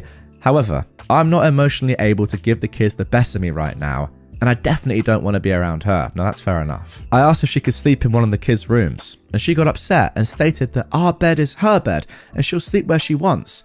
I said, obviously. I've been for a 6-mile walk already, and I've been calling and leaving voicemails at all the lawyers around. I know I can't abandon the home, but I can't be around them after what I just saw this morning. Now thanks to all of you who responded earlier this week suggesting Grey Rock and a 180 for me. I implemented them, and I guess it drove her to this. Also, I just looked it up myself because I wasn't sure. The Grey Rock method involves becoming unresponsive to abusive or manipulative behavior so that the perpetrator will lose interest. I see. OP continues, I'm officially divorcing her and there's no going back. Thank you so much to the r/surviving infidelity crew. Oh, actually, OP has left a little bit more here, saying legal counsel told me to no contact her, so that is what I'm doing. She texted me last night all about how she hasn't asked for a second chance, even though I've given them, and she loves me, and she now is willing to do therapy and share her locations and access to her phone, and she can see herself rocking on the porch with me at 80, yada yada. When I got home last night, she was in the master, so I slept upstairs. This morning, no communication. She wouldn't even look at me. Yesterday, when I caught them with the video, I saw his hat and noticed it was a local landscaper's. So I called to see if he worked there. He does. Okay, thanks. That was it. This mother effer just called me, saying if I want to talk to him, Here's his number. Don't call my boss. I said I've got nothing to say to you. He replied saying he had nothing to say to me and hung up. Okay, he sounds just as bad as your wife. Also, her mum reached out saying how I must be devastated and she's so sorry and to call her when I have a chance. Okay, that is a weird 180. I'm going to continue my no contact with everyone and let my lawyer, once I secure one, do all the talking. This is so dang hard. Well, there we go. That is the end of that one. And to be honest, that kind of just got more and more sad as that went along. What a horrible woman your wife or ex-wife, hopefully soon, is. I just don't really understand people that get caught doing this. Like, how do people have the brain where you get caught doing something like this? I mean, you could say, yeah, first of all, do it, and doing it in the first place is awful. Fine, we all know that. But then once you're caught by your partner doing this and you're like, you've clearly just ruined their life and your family's lives, how do they just have no shame at all? And if anything, sort of like double down and just say, well, no, actually, I would have got back with you, but you're like, you weren't making me happy, and that's why I cheated on you. And also, yeah, you didn't really ask for a second chance. You were just there. Like, do you even want it? Also, you didn't talk to me last night, so that's why I went and had sex with another random man. I just don't understand how people get to that, like, conclusion. It's weird. Maybe if you are someone that would cheat in the first place like this, for this length of time, then you would also be the sort of person to double down and say, like, you know, gaslight your husband and do all the stuff that your wife did. I guess that kind of makes sense. But wow. Comment down below if you're a cheater. How do you do it, man? All right, now moving on to our third and final story of this episode. I found out why my boyfriend doesn't want to have sex with me. This was originally posted just 1 week ago at the time of recording. I am a 22-year-old woman, and I started dating my boyfriend, who is 25, a year ago. I was a pretty lean person and was very active when I met him. After being together for a while, I decided to take extra precautions and use birth control. Due to stress and the birth control, I gained a significant amount of weight. My boyfriend has been very supportive, and we were having a lot of sex. After having a horrible reaction, I decided to take a break from the birth control. That is when I noticed my boyfriend stopped taking the initiative and would only ask for oral. I was already feeling trashy because of how much weight I gained, and just him not wanting to have sex hurt me so badly. I decided to have a conversation and see if I could change something. At first, he just said the condoms were just so uncomfortable. My love language has always been physical touch, so I obliged and tried birth control again. Due to having school and work, working out has been extremely hard, so I kept gaining weight and sex was still almost non-existent. But he kept telling me it's because he is stressed and just has a lot going on, so I was patient and supportive. Yesterday, we decided to play a little game, the blunt-free trial. He would have to be 100% honest with me, and I would try my best to not take it personally. I asked him what is the thing he really dislikes about me. At first, he didn't want to say it, and I pushed him to tell me, which is so stupid of me. He then looked at my tummy and said the reason why we haven't had sex as often anymore is because of my weight. He assured me he still loved me and wants to be with me, but that's his preference. It broke me because that same day, just a couple of hours ago, we had sex. I just feel horrible and disgusting, and I don't know what to do. I love him, and I saw myself spending my life with him, but I can't stop thinking about what he said. What should I do? I don't know if I should try to work this out.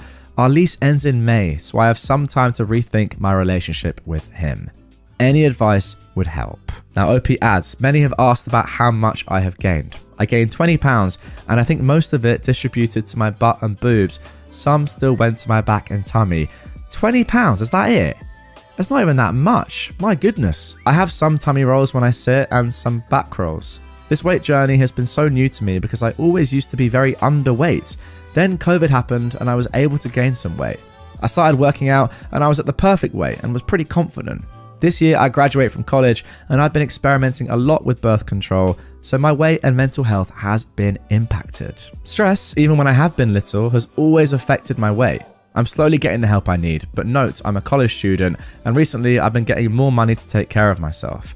I take accountability that I probably could have a better discipline and not let it get out of hand. Okay, now I actually have a lot of comments on this. This is probably going to be like, not really a rant, but this is going to be extensive because my thoughts on this are not brief, is all I'll say. First of all, the main point here is that it sounds like, have gained some weight as a result of trying to please your boyfriend, right? The birth controls obviously had a big effect on your weight. And if he is now not attracted to you as much because you're on birth control or have been experimenting with birth controls to please him, then surely he can't just say, oh, you know what, you're just too fat. Surely you're more supportive and just say, like, I'm sorry, I know it's like kind of my fault, you were trying to please me, etc. Let's deal with this. Oh, I'll wear a condom if I have to. Shock, it's not the worst thing in the world. Not that I know. I'm a little verge. Why? That's not funny. Imagine if you kept that in the fit. It's Virgil van Dijk. I'm sorry, Jack. Now, the next thing I want to talk about is the actual weight gained yourself. You might have noticed there that I said only 20 pounds. Now, look, 20 pounds is a decent chunk. However, I have gained that in the last year. Right? You know what? We'll put some pictures up on screen. I'll get some pictures right now. I'll be in the middle here. This is my current weight. This over here is when I was doing the marathon last year and was pretty skinny. I was probably a little bit too skinny. I was like 72, 73 kg roughly then. And you can see the difference in my... Obviously, you can't see my body, but you can see the difference in my face shape. It's not crazy, but there's a bit. And then let's go over here. This is probably when I was at my heaviest. I don't know what I would have been. Maybe 86, 87, maybe, roughly here. This was a bit too chubby, let's be honest. And now I'm like, I think I'd have been decent weight. I'm pretty happy with my weight. I don't really care that much. But there's a big fluctuation there in the time I've been doing YouTube. And even from like, 1 year ago to now, I've gained like, 10 kg roughly. I think I'm like 82, maybe a little bit less at the moment.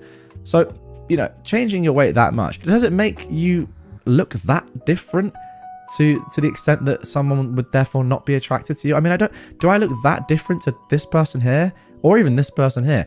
No, I think. And also, if you're watching or listening to this, on a podcast platform, come over to YouTube so you can see what I'm talking about. I'll put the link down in the description to the video. Like, is that enough to say, oh, actually, no, I'm not attracted to you anymore? 20 pounds? Surely not. If it was 200 pounds, yeah, fair enough. I hold my hands up. I'd probably be unattracted as well. But given that there's a solid reason for it, which your boyfriend has started, and the fact that it's not even that much weight anyway, and then on top of that, the fact that you've been dealing with stress, you were underweight before, you then got to a good weight, and you've had stress-related weight issues in the past, and it's just not something that you want to really think about at all.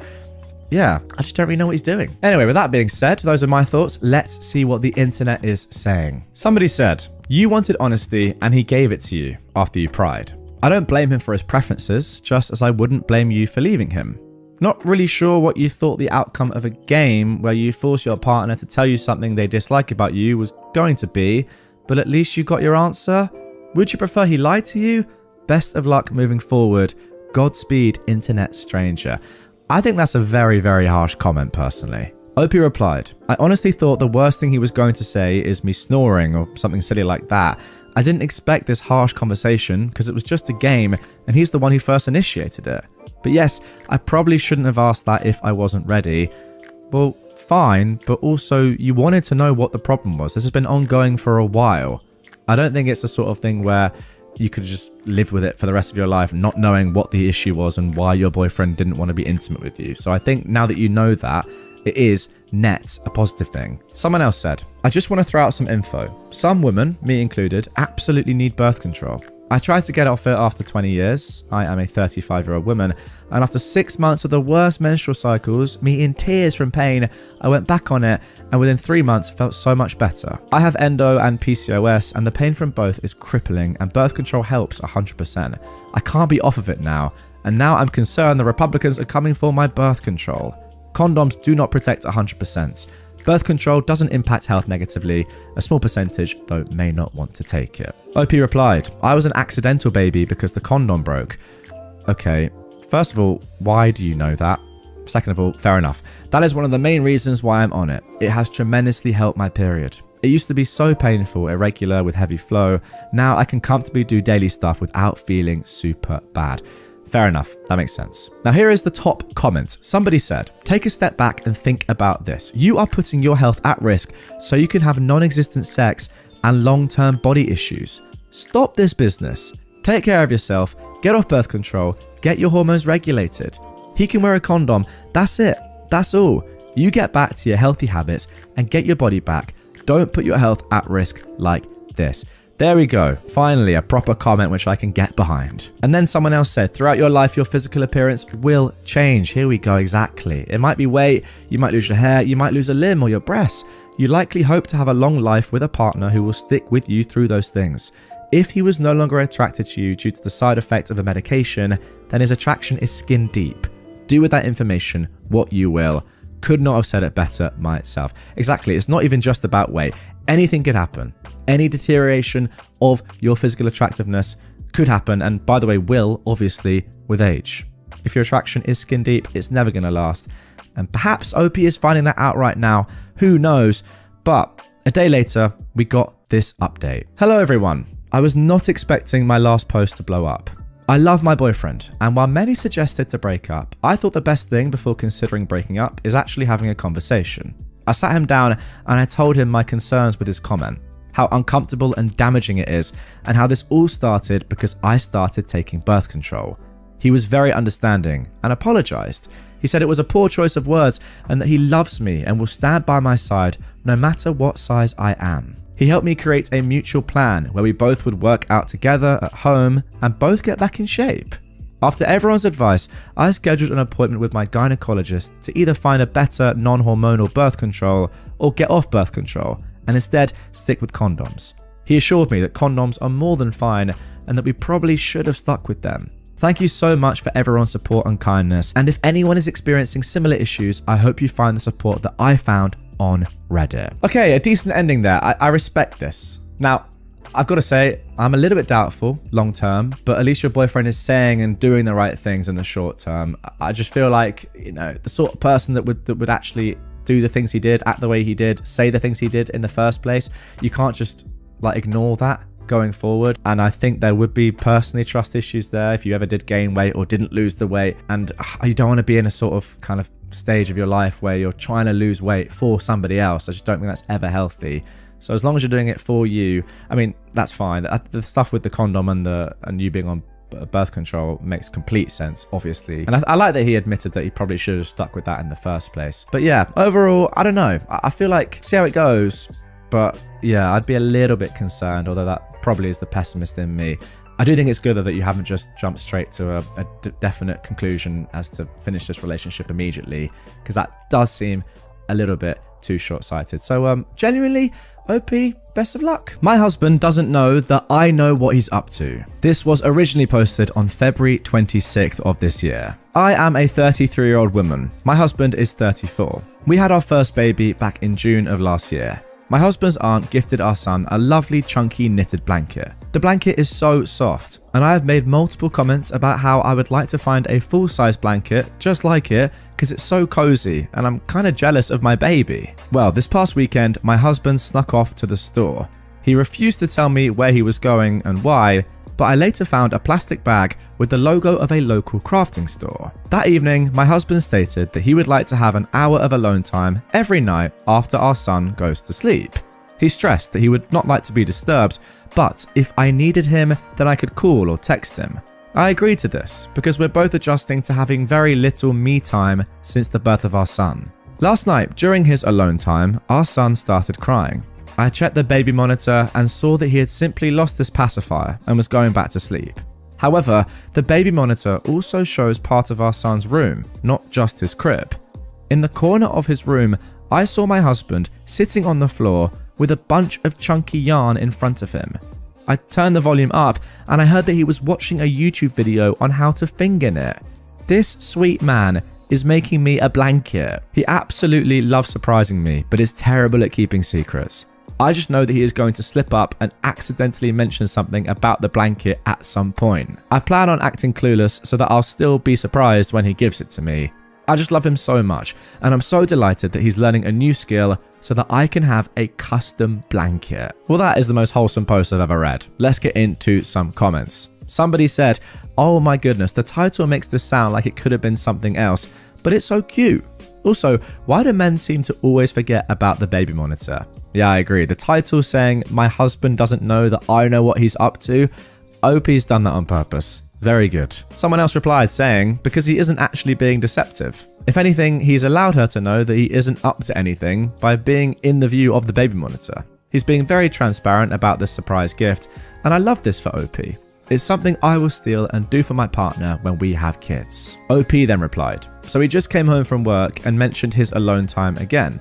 To keep up the facade, I asked him what he'd be doing during that time, and he said, just working on some stuff. Since he's so terrible at keeping surprises, he always tells me, I have something planned, but I can't tell you what it is. And then we do this back and forth where I ask about it and he refuses to tell me. So for the sake of his surprise to me, I will keep occasionally asking him what he's up to during his alone time. On to another comment. Someone said, thank you for this lovely post and sweet story that is restoring some of my faith in marriage and humanity today. Please, please, please don't let me come back in several weeks to an update that he used the blanket to pay off a gambling debt, gave it to his best friend's ex for her birthday, or made it into a furry suit for himself. Reddit has been absolutely unhinged the past few months. I completely agree. On the one hand, this is a great post and is super wholesome, but also in the back of my mind, I'm thinking about all the truly awful stories I've read on here and thinking, please, don't let it come to something like that. OP replied, if he managed to knit himself a furry suit, I wouldn't even be mad. I'd just be wildly impressed that he had such talent. And finally, before we get into the update, someone commented, what a sweet, lovely partner. Mine can't keep a secret either, and I love giving the validation of surprise and enthusiasm when they present the final piece to me. Just wonderful. OP says, if you ask my husband, he would tell you he's very good at surprising me, but little does he know he's actually very obvious whenever he's planning something.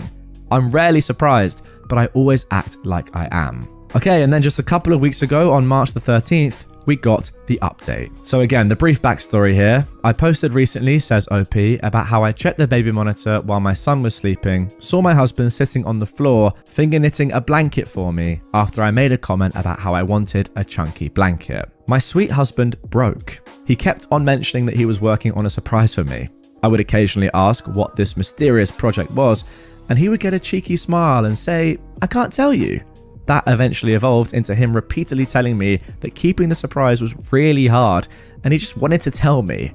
I kept then saying, no, you've kept it a surprise for this long, you can keep going. But one day after dinner, he decided that he couldn't keep it in anymore. He showed it to me. It was only about a quarter done, but it was lovely. The yarn was really soft and was my favorite color. I could tell that he'd taken his time because of the consistency of all the loops. Even unfinished, it was perfect. He told me that he kept moving it around to different hiding spots, but that since our house is very small, it was only a matter of time before I accidentally found it. He said he'd run out of yarn and asked if I wanted to pick out another color to add to it. I said yes, and we made a little date out of it. We grabbed lunch and then walked around the craft store before I picked out a complementary color to the one he chose. He hasn't had much time to work on it the last few days, but he assured me it will be finished by my birthday. I'll post a picture of the blanket when finished. For now, I am wildly impressed with how long he kept it a secret, and I'm so excited to have my first ever handmade blanket. Okay, so there we go. Let's end with a couple of top comments. Someone said, oh my gosh, I was ready for another unhappy story, but this is the sweetest thing I've read on this sub.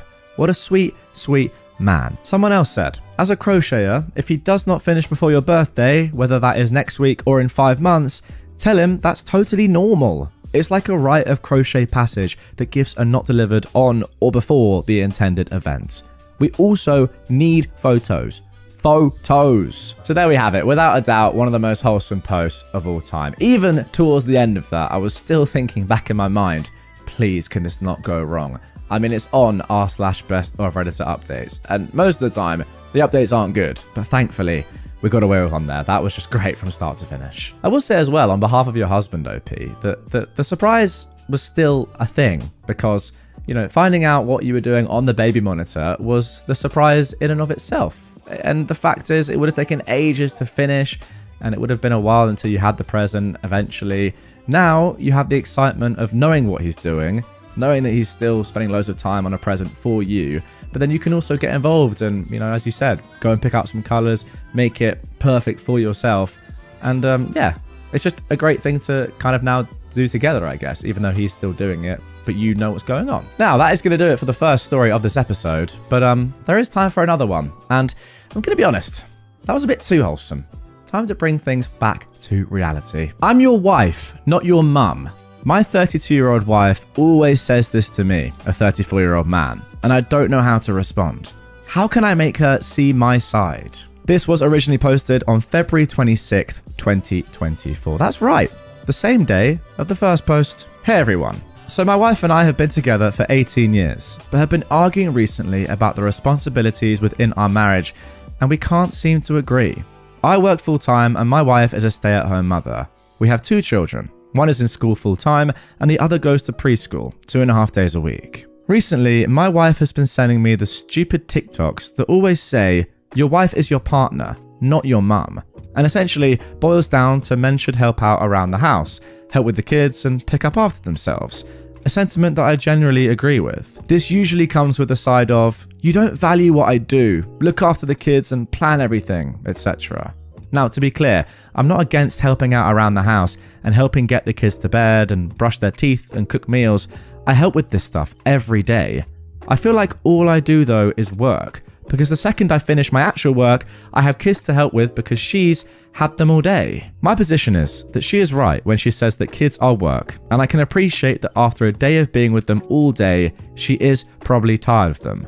But I've also been at work all day too, and it isn't fair to expect me to be the sole parent as soon as I'm finished. Then there is the issue of housework. Our house is always a mess, which frustrates me when she complains about having to do all the unpaid labor of managing a household and looking after the kids. From my perspective, I go to work in a messy house and I finish work in a messy house. I work from home. I go into my office for 8 hours, only coming out for the occasional coffee and snack. This means that 90% of my mess is contained to a room only I go in. Most days while I'm at work, she isn't even home. I feel that I am holding up my end of the bargain by working full time and then helping with housework and the kids outside of that, but she isn't holding up her end of it by looking after the house and kids while I'm at work. I could understand that she wouldn't get as much done around the house on days when our youngest is home, but on days where she is at preschool, she takes it as an opportunity to have a break and go shopping with her mum or go and visit a friend. Whenever I bring this up or question how much effort she is putting in, I get, you don't appreciate me, and I'm not your mother. I'm not saying she should be waiting on me hand and foot as my personal maid, cook and sex doll, not that we ever have sex, because I'm the man bringing home the bacon, and I really hope I don't come across that way in this post, as that really is not what I'm saying. But I'm killing myself trying to do everything, yet I'm being told that I'm the problem for treating her like my mother because I'm expecting her to do her parts. What can I do to help her see my side? Okay, interesting start to this one, and of course, as always, there is an update to come. I would have to say though, off the bat, that this is all caveated with the fact that we're only getting, obviously, the husband's side, OP's side of the story, and I think we would need to hear from his wife as well, so we can balance out the 2 viewpoints. I think that the easy way to solve this, or just to understand who is doing more and who should be doing more, is perhaps just do it on like general effort level and time spent doing things. For your husband, for OP, there's no way that he has the time to go shopping with his mum or do other, leisure activities that he'd want to do by the sounds of it. So if his wife is able to do those things, I would argue that that is not fair. I mean, doing that in the middle of the day. If you're both putting in the same amount of effort, forget money because you have your agreement on who is actually making money for the house. The unpaid labor bit is a bit weird because, again, obviously it's unpaid. That's what the agreement you have is. Then I think as long as you guys are putting in the same amount of effort, then that should be fine. But it sounds to me like you're not, which isn't fine. I also don't think that OP is coming across as saying that, oh, because I make the money, I don't have to do housework or look after the kids. I don't actually think for 1 second he's saying that. He's just saying that he doesn't want to come home and then do all the work of the house after work, which would normally be, for both partners, because your wife's been with them the entire day, the kids that is, and doing housework. Realistically, if you both went off to work, then both came back, you both have to split that housework and looking after the kids anyway. So her being at home in the day and doing that stuff doesn't take away from the fact that she still needs to do it in the evenings when you're available as well, even though I kind of get her point that she's been doing it all day. I don't know. It's a tough one. Get your comments in down below. But let's get into the update and see what happened. Okay, so on the same post, this was the update titled, Yes, I Help. So a lot of people are saying we need to sit down and try to look at things as a team, and I'm totally on board for this approach, and I'll let you know how that goes. Also, to a few people who dislike my framing of helping, saying it's my responsibility also, yes, I agree. And I use the term helping as that's the word that she uses when saying I need to do more to help around the house. Another lot of you either can't read or are refusing to believe that I actually parent my own children. I wake them up in the morning. I make them breakfast every day. I get them dressed every day. I take them to school 2 to 3 days a week. I know their teachers. I know all their friends and their friends' parents' names. I know their doctors. I know their allergies. None, thankfully. I bath them. I get their PJs on. I read them the same goddamn bedtime story every night for weeks because they don't want any of the other books we have. They want George the Giant. I draw with them, I play games with them, I know their favourite Disney princesses and favourite superheroes. As for the household, I do laundry, I load the dishwasher, I cook my own lunches, I tidy up after myself, I iron, I fold, I put away laundry, I pick up their toys, and I tidy their playroom. I hoover at the weekend, I take them to kids' parties. I also do all the chores that my wife won't because I'm the man, like taking out the bins, cleaning the car, mowing the grass, fixing anything that breaks. Okay, interesting stuff there from OP. To be honest, it sounds like he is doing a lot. Now, there is actually another update, again posted a few days later after the talk. So, I arranged for the in-laws to have the kids Friday night. Me and the wife sat down and had a talk. A long talk. Probably one of the deepest and hardest talks we've ever had in our 18 years. I told her my side, that I felt overwhelmed and underappreciated. That I felt I was doing more than my fair share and that she wasn't. I told her that I could understand that while I may be doing plenty around the house and parenting, that I was guilty of letting her take the majority of the mental load, but that still didn't excuse her behaviour. I felt I was firm but fair, and to her credit, instead of fighting back, she listened. We discussed her feelings, and she admits to not prioritising housework and trying to make the most of her free time, and agreed that we will sit down and come up with a schedule for cleaning that we are both accountable for. She told me some issues that I wasn't aware of, that her mother had been dealing with since retiring and the passing of her father, my wife's granddad. Loneliness and depression, issues relating to my sister-in-law. She's a mess and constant headache, which was why she'd been going to see her so much. Other feelings she'd been having about feeling lost in kids, not having anything for herself, and some depression related to weight gain since having our second child. She's put on about 40 to 50 pounds and no longer feels attractive. I told her that I still think she's beautiful, but she doesn't, hence our dead bedroom. There were hurt feelings and tears from both of us. So, we're taking steps to help. 1. We both agree to switch out mornings and evenings. I get the kids up, breakfast, teeth, dressed and take them to school. She does dinner, bath, bed, etc. The next day, we switch. This gives us both some mornings and evenings free to do what we want. 2. We're both joining the gym. I too have put on some weights and lost muscle since our second child. Hopefully this helps with her body confidence. 3. We're also arranging with the in-laws to have babysitters once a week for us to start going on regular dates again. For context, the in-laws are our only support. I'm an orphan of abusive parents, raised by my grandmother, now passed. 4. We've found a cleaning schedule where you do certain chores throughout the house every day, but pick one room to deep clean every day too. With me doing laundry, dishwasher, etc., things that take less time, her doing the deep cleans and general tidying. And 5, most importantly, she is looking to get a job part-time so she can start helping financially, give her some income that isn't from me, and give her something to focus on outside of being a mum. As all my wages went into the joint account, I felt like I never had any money, as I didn't want to spend and there not be enough to pay the mortgage, etc.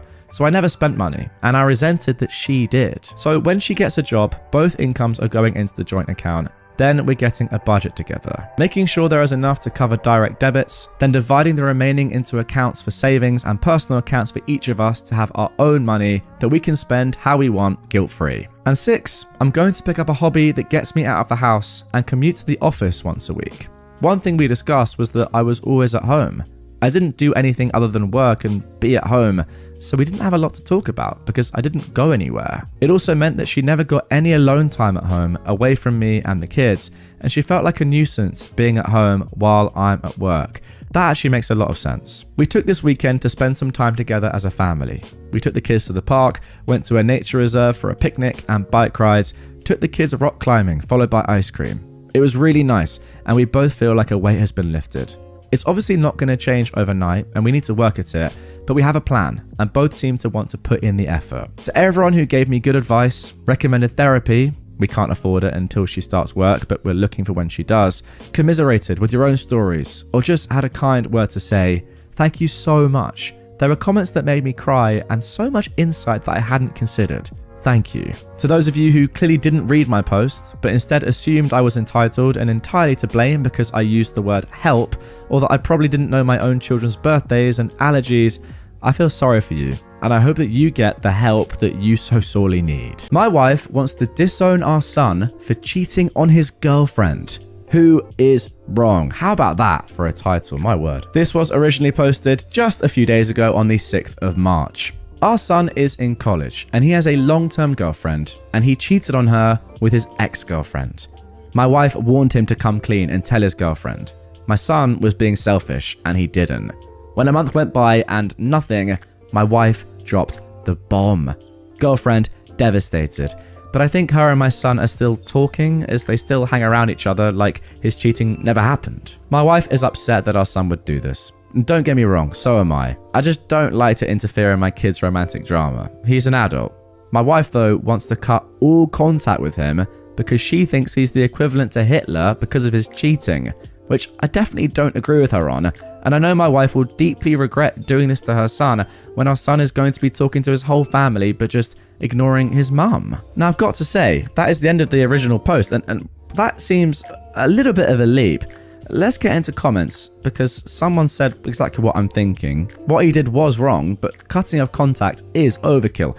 Yeah, I mean, surely there's a middle ground here where you punish your child in some way, or at least, sit them down, have a chat with them and say what you did is disgraceful. But to cut contact? That seems a little bit too much. Somebody else delves a little bit deeper, saying to OP, I'm suspecting that your wife has a more personal issue with cheating and lying about it. Either she was a victim of it, a close friend or family member was, or she did it and regrets it. Your son is the embodiment of what personally happened to her and is a constant reminder of it. Yeah, that could be the case. It also could just be that she just despises cheating. But again, I don't think that warrants going as far as she is saying she's going to go. A more on-the-nose interpretation, someone else adds, is that mum has found a way to make this about her. She sees his behavior as a reflection on her parenting skills and is desperately trying to save the situation. It can be a difficult day for some parents when they realize their kids have already more or less become who they are going to be in terms of a moral compass. Yeah, maybe. I think I'd probably disagree with that.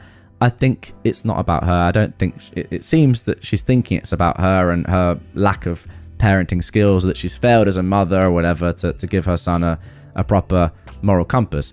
I think it's more that she's just incredibly disappointed and she's probably just exaggerating a bit. And then finally someone said, it sounds like your wife was hurt deeply by someone who cheated. Maybe she needs to sit the son down and tell him her story to let him understand why she feels so strongly against him. Right, let's get straight into the update, guys, because this is where things get absolutely mental. I don't want to waste any of your guys' time.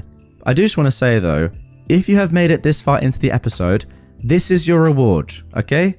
Congratulations. Because what you're about to hear is going to blow your mind. Everyone wanted an update from the first post I made. My son was dismissive because he was hiding the fact that he got both girls pregnant. It turns out the girlfriend was still in contact with him because of the pregnancy. The other girl is getting an abortion. The girlfriend forgave my son for cheating. The girlfriend and my son are back together and are keeping the baby. My wife is fuming.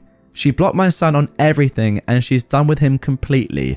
She says she doesn't care if I talk to him or not, but she doesn't want to be involved in his life anymore, and he's basically dead to her. Wow.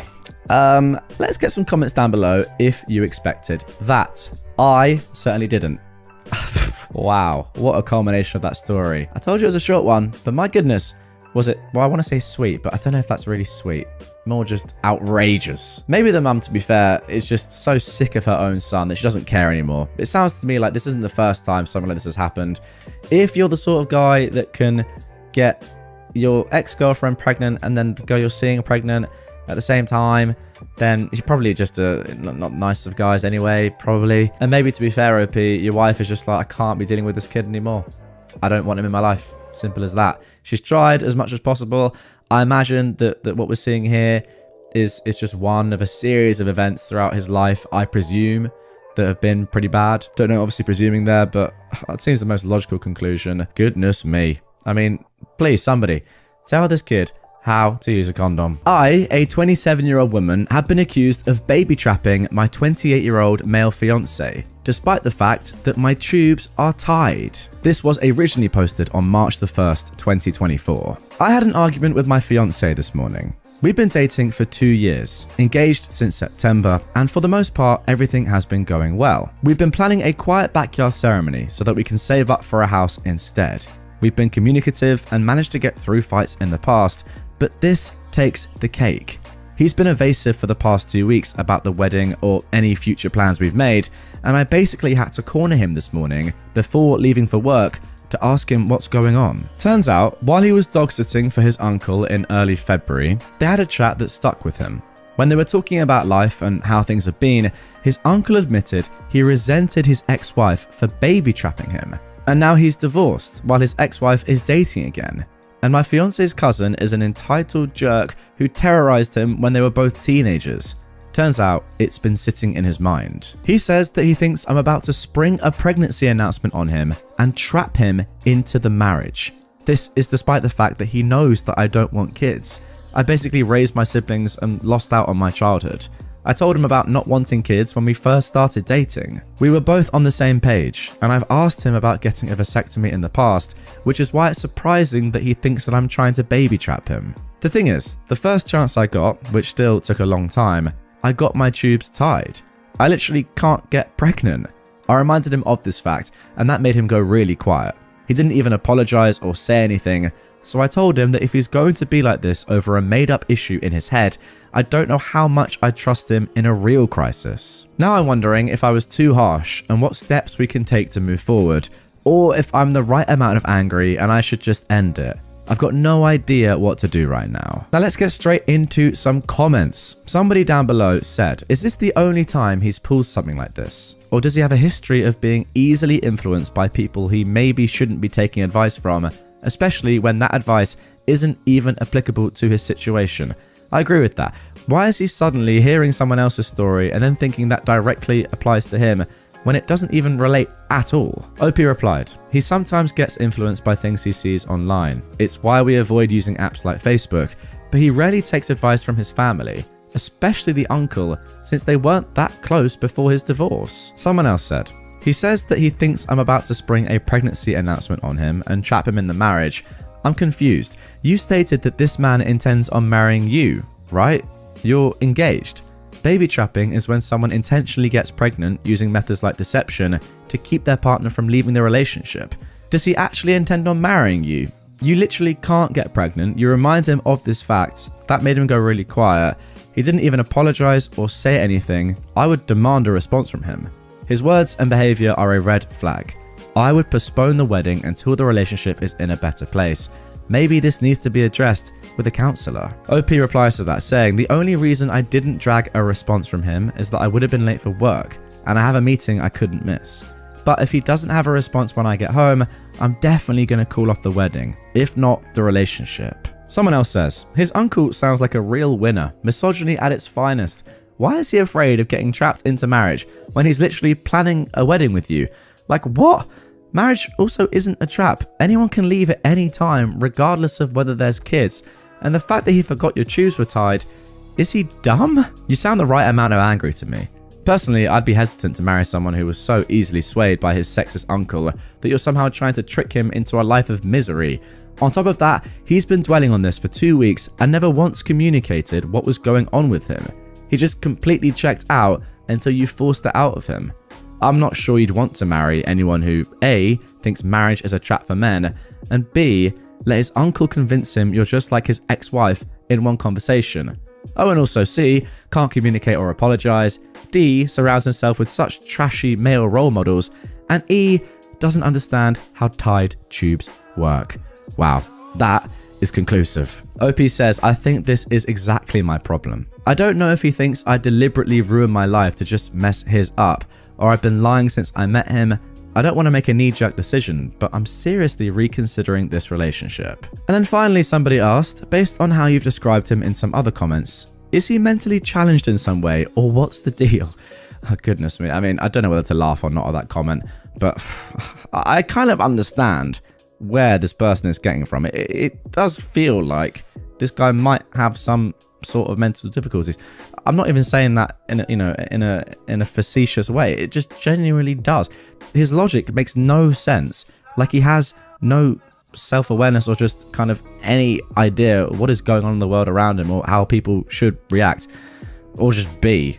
Yeah, very weird. OP said, no, he doesn't. He's a smart guy, but he's weak when it comes to social influence. At best, he is impressionable. At worst, he can be somewhat spineless. I thought that he'd improved a lot over the past couple of years, but I guess I was wrong. Well, I thought this guy was going to be done when I first read the title of this one, but you've exceeded my expectations, friend. Congratulations to you. I just don't understand, as some of the comments said there, how you can be so easily led by someone in a situation that has got nothing to do with you at all and is completely different. And also, surely you think to yourself, logically, first of all, yes, getting married to somebody does not infer baby trapping at all. I mean, it's the opposite of that. It's got nothing to do with your relationship in terms of if you're married, if you're engaged, if you're just with each other. It literally doesn't matter. Doesn't make any difference. And secondly, she actually can't get pregnant because she's had an operation. I mean, come on. Now, the good news is, guys, that 7 days later, we got the following update, which is very, very juicy. It's been an exhausting week, both at home and at work. Basically, we're not engaged anymore. He is moving back to his parents, and our relationship is over while he works on himself.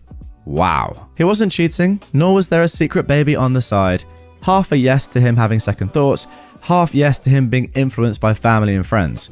Now, I won't go much into the details, just that his uncle's family were always awful to him. They were always the go-to babysitters, and he has trouble standing up to that generation of his family. He's impressionable, and he has trouble separating fact from fiction because of that and because of them. Another factor is that one of his formerly child-free friends announced his wife's pregnancy during New Year's, and he's been excited about it.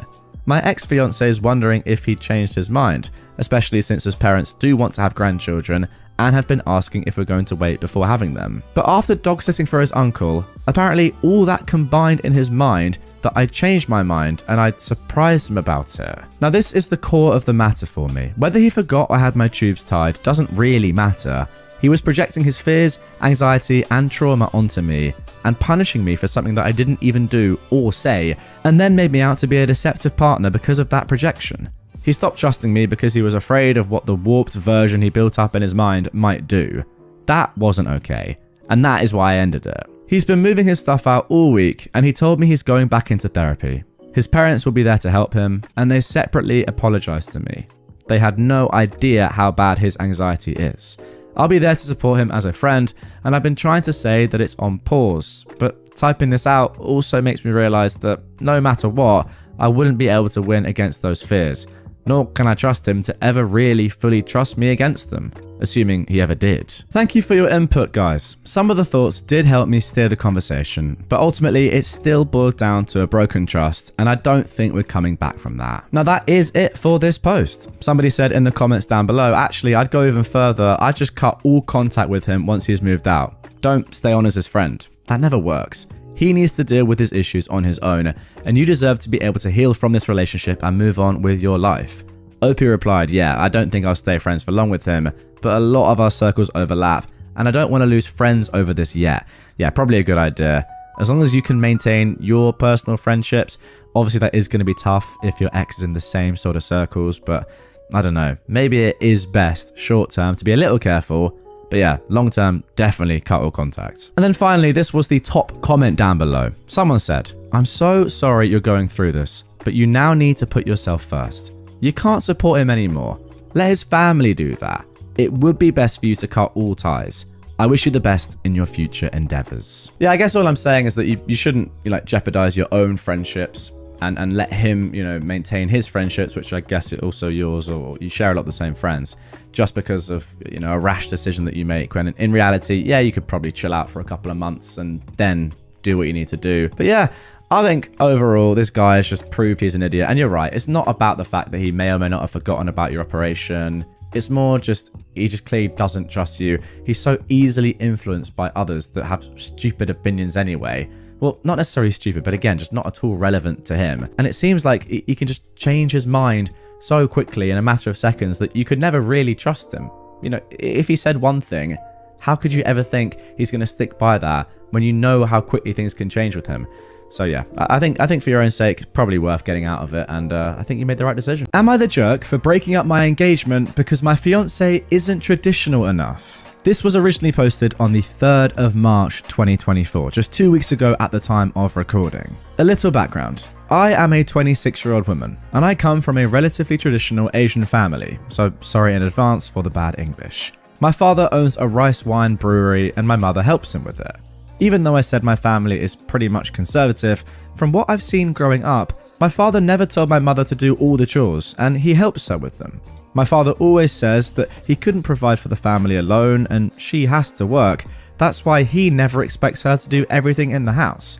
Just like how they share the responsibilities to earn for our family, they also share responsibilities taking care of the household. Now enter my fiance, a 29-year-old man. We met on social media. He is an American who is currently working in my country. We've been dating for 3 years and have been engaged for 5 months. He always tells me he's looking for a traditional woman and wants to date with marriage in mind. He said that women who are able to take care of a household and a child rearing are admirable. And I always agreed with him without much thought because that is indeed an incredible feat, right? Well, he's working in a small university and I'm currently working in hospital. We saved enough to buy a house with a little bit of help from my parents, but we haven't moved in together yet because, you know, Asian parents. But anyway, on my father's birthday last week, we talked about marriage once again. He doesn't think his income alone would be enough after our marriage, and it's giving him insecurities. So I suggested that I keep working after marriage, and that's not a problem because we'd be partners. My father also offered that we take over his brewery, and while I found the idea lovely, my fiance on the other hand seemed hesitant about it, but he agreed that I should keep my job. That was when the first problem started. I told him that since I have to work, then I expect he'll help with the household chores later. After I said that, he suddenly got irritated. He said that he'd been telling me he's looking for a traditional woman and that now he'd been catfished since I don't want to take care of every house chore because I'd still work anyway. Yeah, major red flags instantly. Whenever he said he's looking for a traditional spouse, I always thought that he'd also be a traditional spouse, aka being sole provider so I can focus on taking care of the house and child if we ever have any.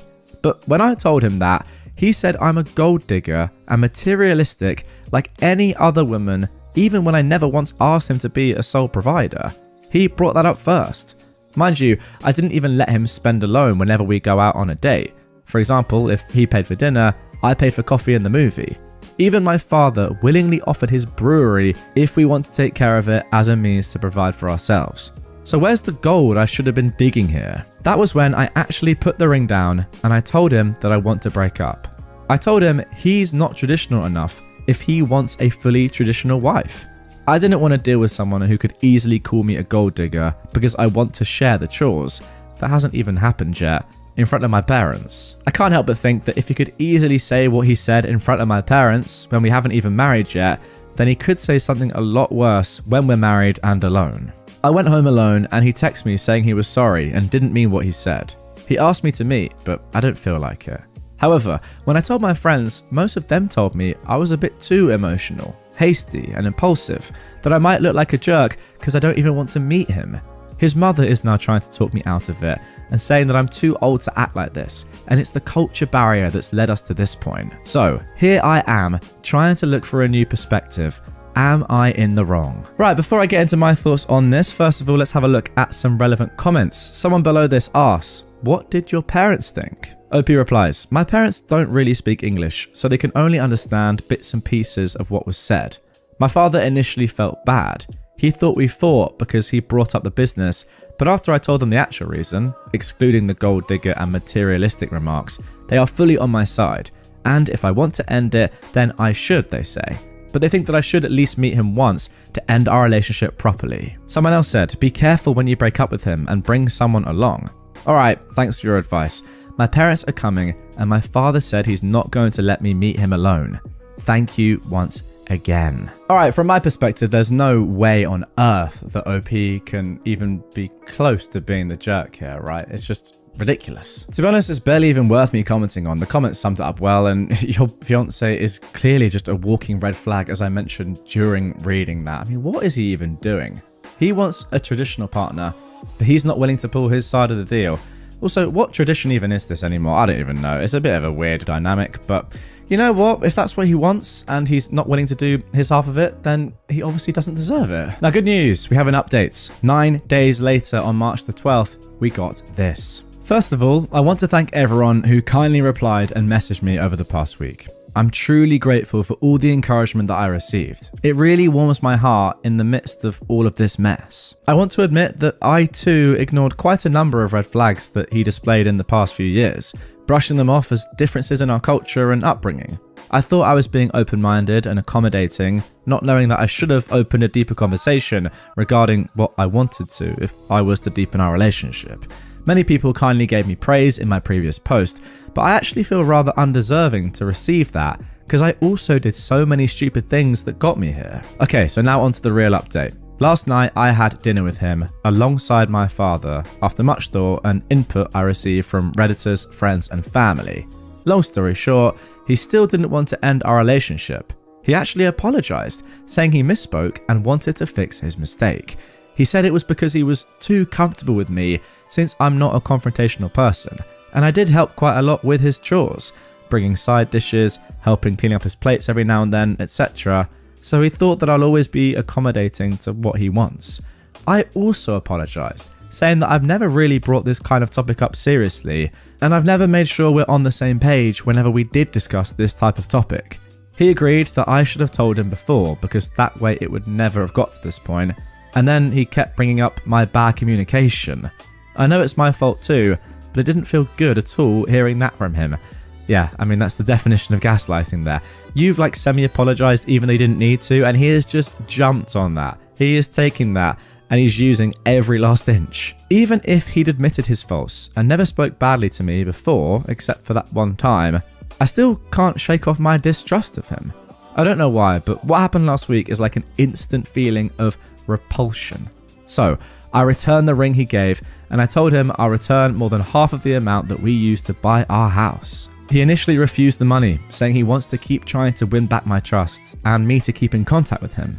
But this morning he said I can transfer it because marriage is not really happening now, and he tried to prevent me from selling the house and also isn't telling our mutual friends that marriage is off the table. So I've just updated almost all of my group chats that now I'm single, and I'm here to tell everyone I'm single because my now ex-fiance has a red flag that is so big China would be crying with envy. I feel like a jerk, to be honest, because it seems like my feelings for him were that shallow all along, but maybe reality hasn't hit me yet, but that's that. Okay, that is the end of the post. Let's jump into some comments. Somebody said, "You absolutely did the right thing. What does your dad think?" And I personally couldn't agree more. My dad is a typical Japanese father, so we don't talk a lot since I've grown up, but he's supporting my decision to cancel the engagement. He doesn't say much, but he actually looks quite happy since he hasn't been into it for quite a while now. Thank you for the kind words. I hope you and everyone around you is always kind like you are to me now. It certainly makes me feel better. Now, someone else was a little bit more scathing.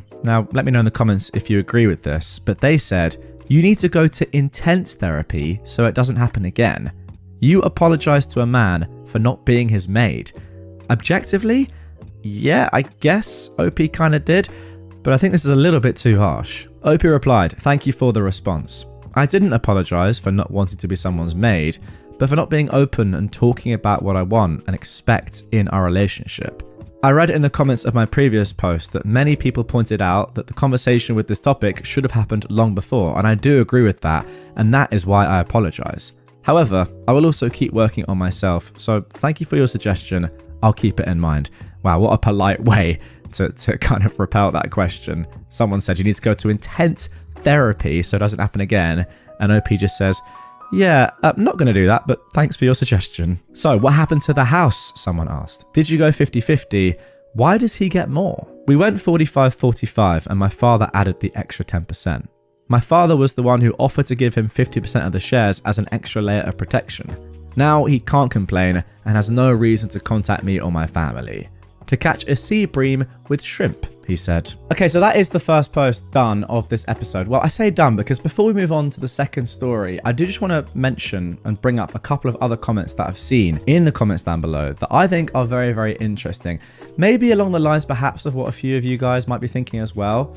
A little bit like the other comment we saw, where people are saying that OP was just way too naive, and actually it was her fault that she landed herself in this situation, and she could have just dealt with this and brought it up a lot longer ago than she actually did. So someone in the comments down below actually called OP and her family spineless. But OP said this: "If you don't mind, I don't have a problem with you insulting me, but do not attempt to do that to my family. Not everything can be resolved by only being tough and formidable. I don't think it's stupid knowing when to be firm and then how we compromise for our final decision to avoid future problems. But I do think it's naive when one doesn't even consider that there are other ways to solve a problem other than butting heads and fighting. Stupid when they don't even try to understand the logic behind others' problem-solving method." Yeah, very fair, and I agree. She also continued to another similar scathing response, saying that is your prerogative right to insult us, but it's also within my prerogative right to ask you to stop. This kind of exchange is called conversation in Japan. I don't know what it's called in your country. Is that another cultural difference? If someone's uncomfortable, they should suck it up or don't go and talk in the first place? Excellent. My apologies for being so ignorant. Giving him more money than he deserved guaranteed me an excuse for cutting contact completely. I've compromised my decision. Social circles run differently here because breaking up an engagement or a divorce will always be a hot topic, and sometimes it affects you on an institutional level. Sometimes it will affect your career even more when you're a woman. Yes, there are some cases where people get fired because they got divorced because it will reflect badly on the company's image. Wow, now remember guys, this is happening in Japan, as OP just revealed. Sometimes some companies go as far as giving paid leave and vacation to mend their employees' married life. I'm not breaking up, I'm cancelling an engagement. It weighs differently. You are naive to think that every society works like yours and your value is applicable to every part of the world without considering their societal circumstances. I'm not excusing it, but I'm not someone so important that I can change them overnight, nor do I want to sacrifice my family and my own reputation. I'm not delusional enough to think I'm the main character. If that's still spineless to you, then sure. I hope you do as well as him navigating your life here. Well, damn, OP just ate, that's for sure. Wow, what a way to just destroy a hater on Reddit. Fair play, I need to take a leaf out of her book. That was emphatic. I mean, it's obvious, but she is completely right. It is a societal difference. You know, she mentioned throughout it's a different country where this is happening, and you can tell. But I don't think she wanted to actually reveal that it was in Japan, but she did reveal it was Japan in the comments down below. And I think we all know how society and culture is completely different in Japan than in the Western world. I mean, who knows? Maybe one of you watching right now is from Japan, or at least is living in Japan. Let us know in the comments down below. How is life different, especially in regards to relationships? Because yeah, the context provided by OP there gives a lot more reasoning and makes me think, or makes me understand, I guess, how she acted a lot more than if this had happened in the Western world, I think. Even still, I think she acted fine the whole time, to be fair. And yeah, she's absolutely right. Is it really necessary to just fight and have a massive argument and potentially cause yourself years of like emotional turmoil? Or can you just sacrifice a little bit of money in the short term and then just be done with a relationship that you don't want to be in? That is obviously the better option. So yes, get your comments in down below. But that is going to do it for the first story. However, before we move on to story 2 in this video, I've got a little announcement for you. Well, I say announcement. I mentioned it in yesterday's episode, but I want to keep it on the down low. I don't want a lot of people knowing. I only want you, the core fan, the core watcher and listener of my channel, the one that is still listening and watching right now, despite the fact that we're over 10 minutes into this episode, to hear this. If you are a fan of relationship stories and drama, just like the one I've just read and the one I'm about to read, then you might be interested in my brand new channel, Redditor Extra, where I cover purely Reddit relationship drama stories. Obviously this right here is my main channel and it's not going to change, but I can't cover exclusively relationship stories every single day on this, despite the fact that at the moment I kind of want to. I'm really enjoying them. So for that reason, to be able to do that, I've started a brand new channel, Redditor Extra, where I'm going to do that hopefully every single day. I've already posted 2 videos over there, and by the time you're watching this, the channel may well have over 1,000 subscribers. You guys are loving it. So thank you very much for the support. If you want to check it out, it will be on the end screen of this one and also linked sneakily in the description, but nowhere else. So don't go telling people about this. I only want this to be for the core viewers, you listening to this right now.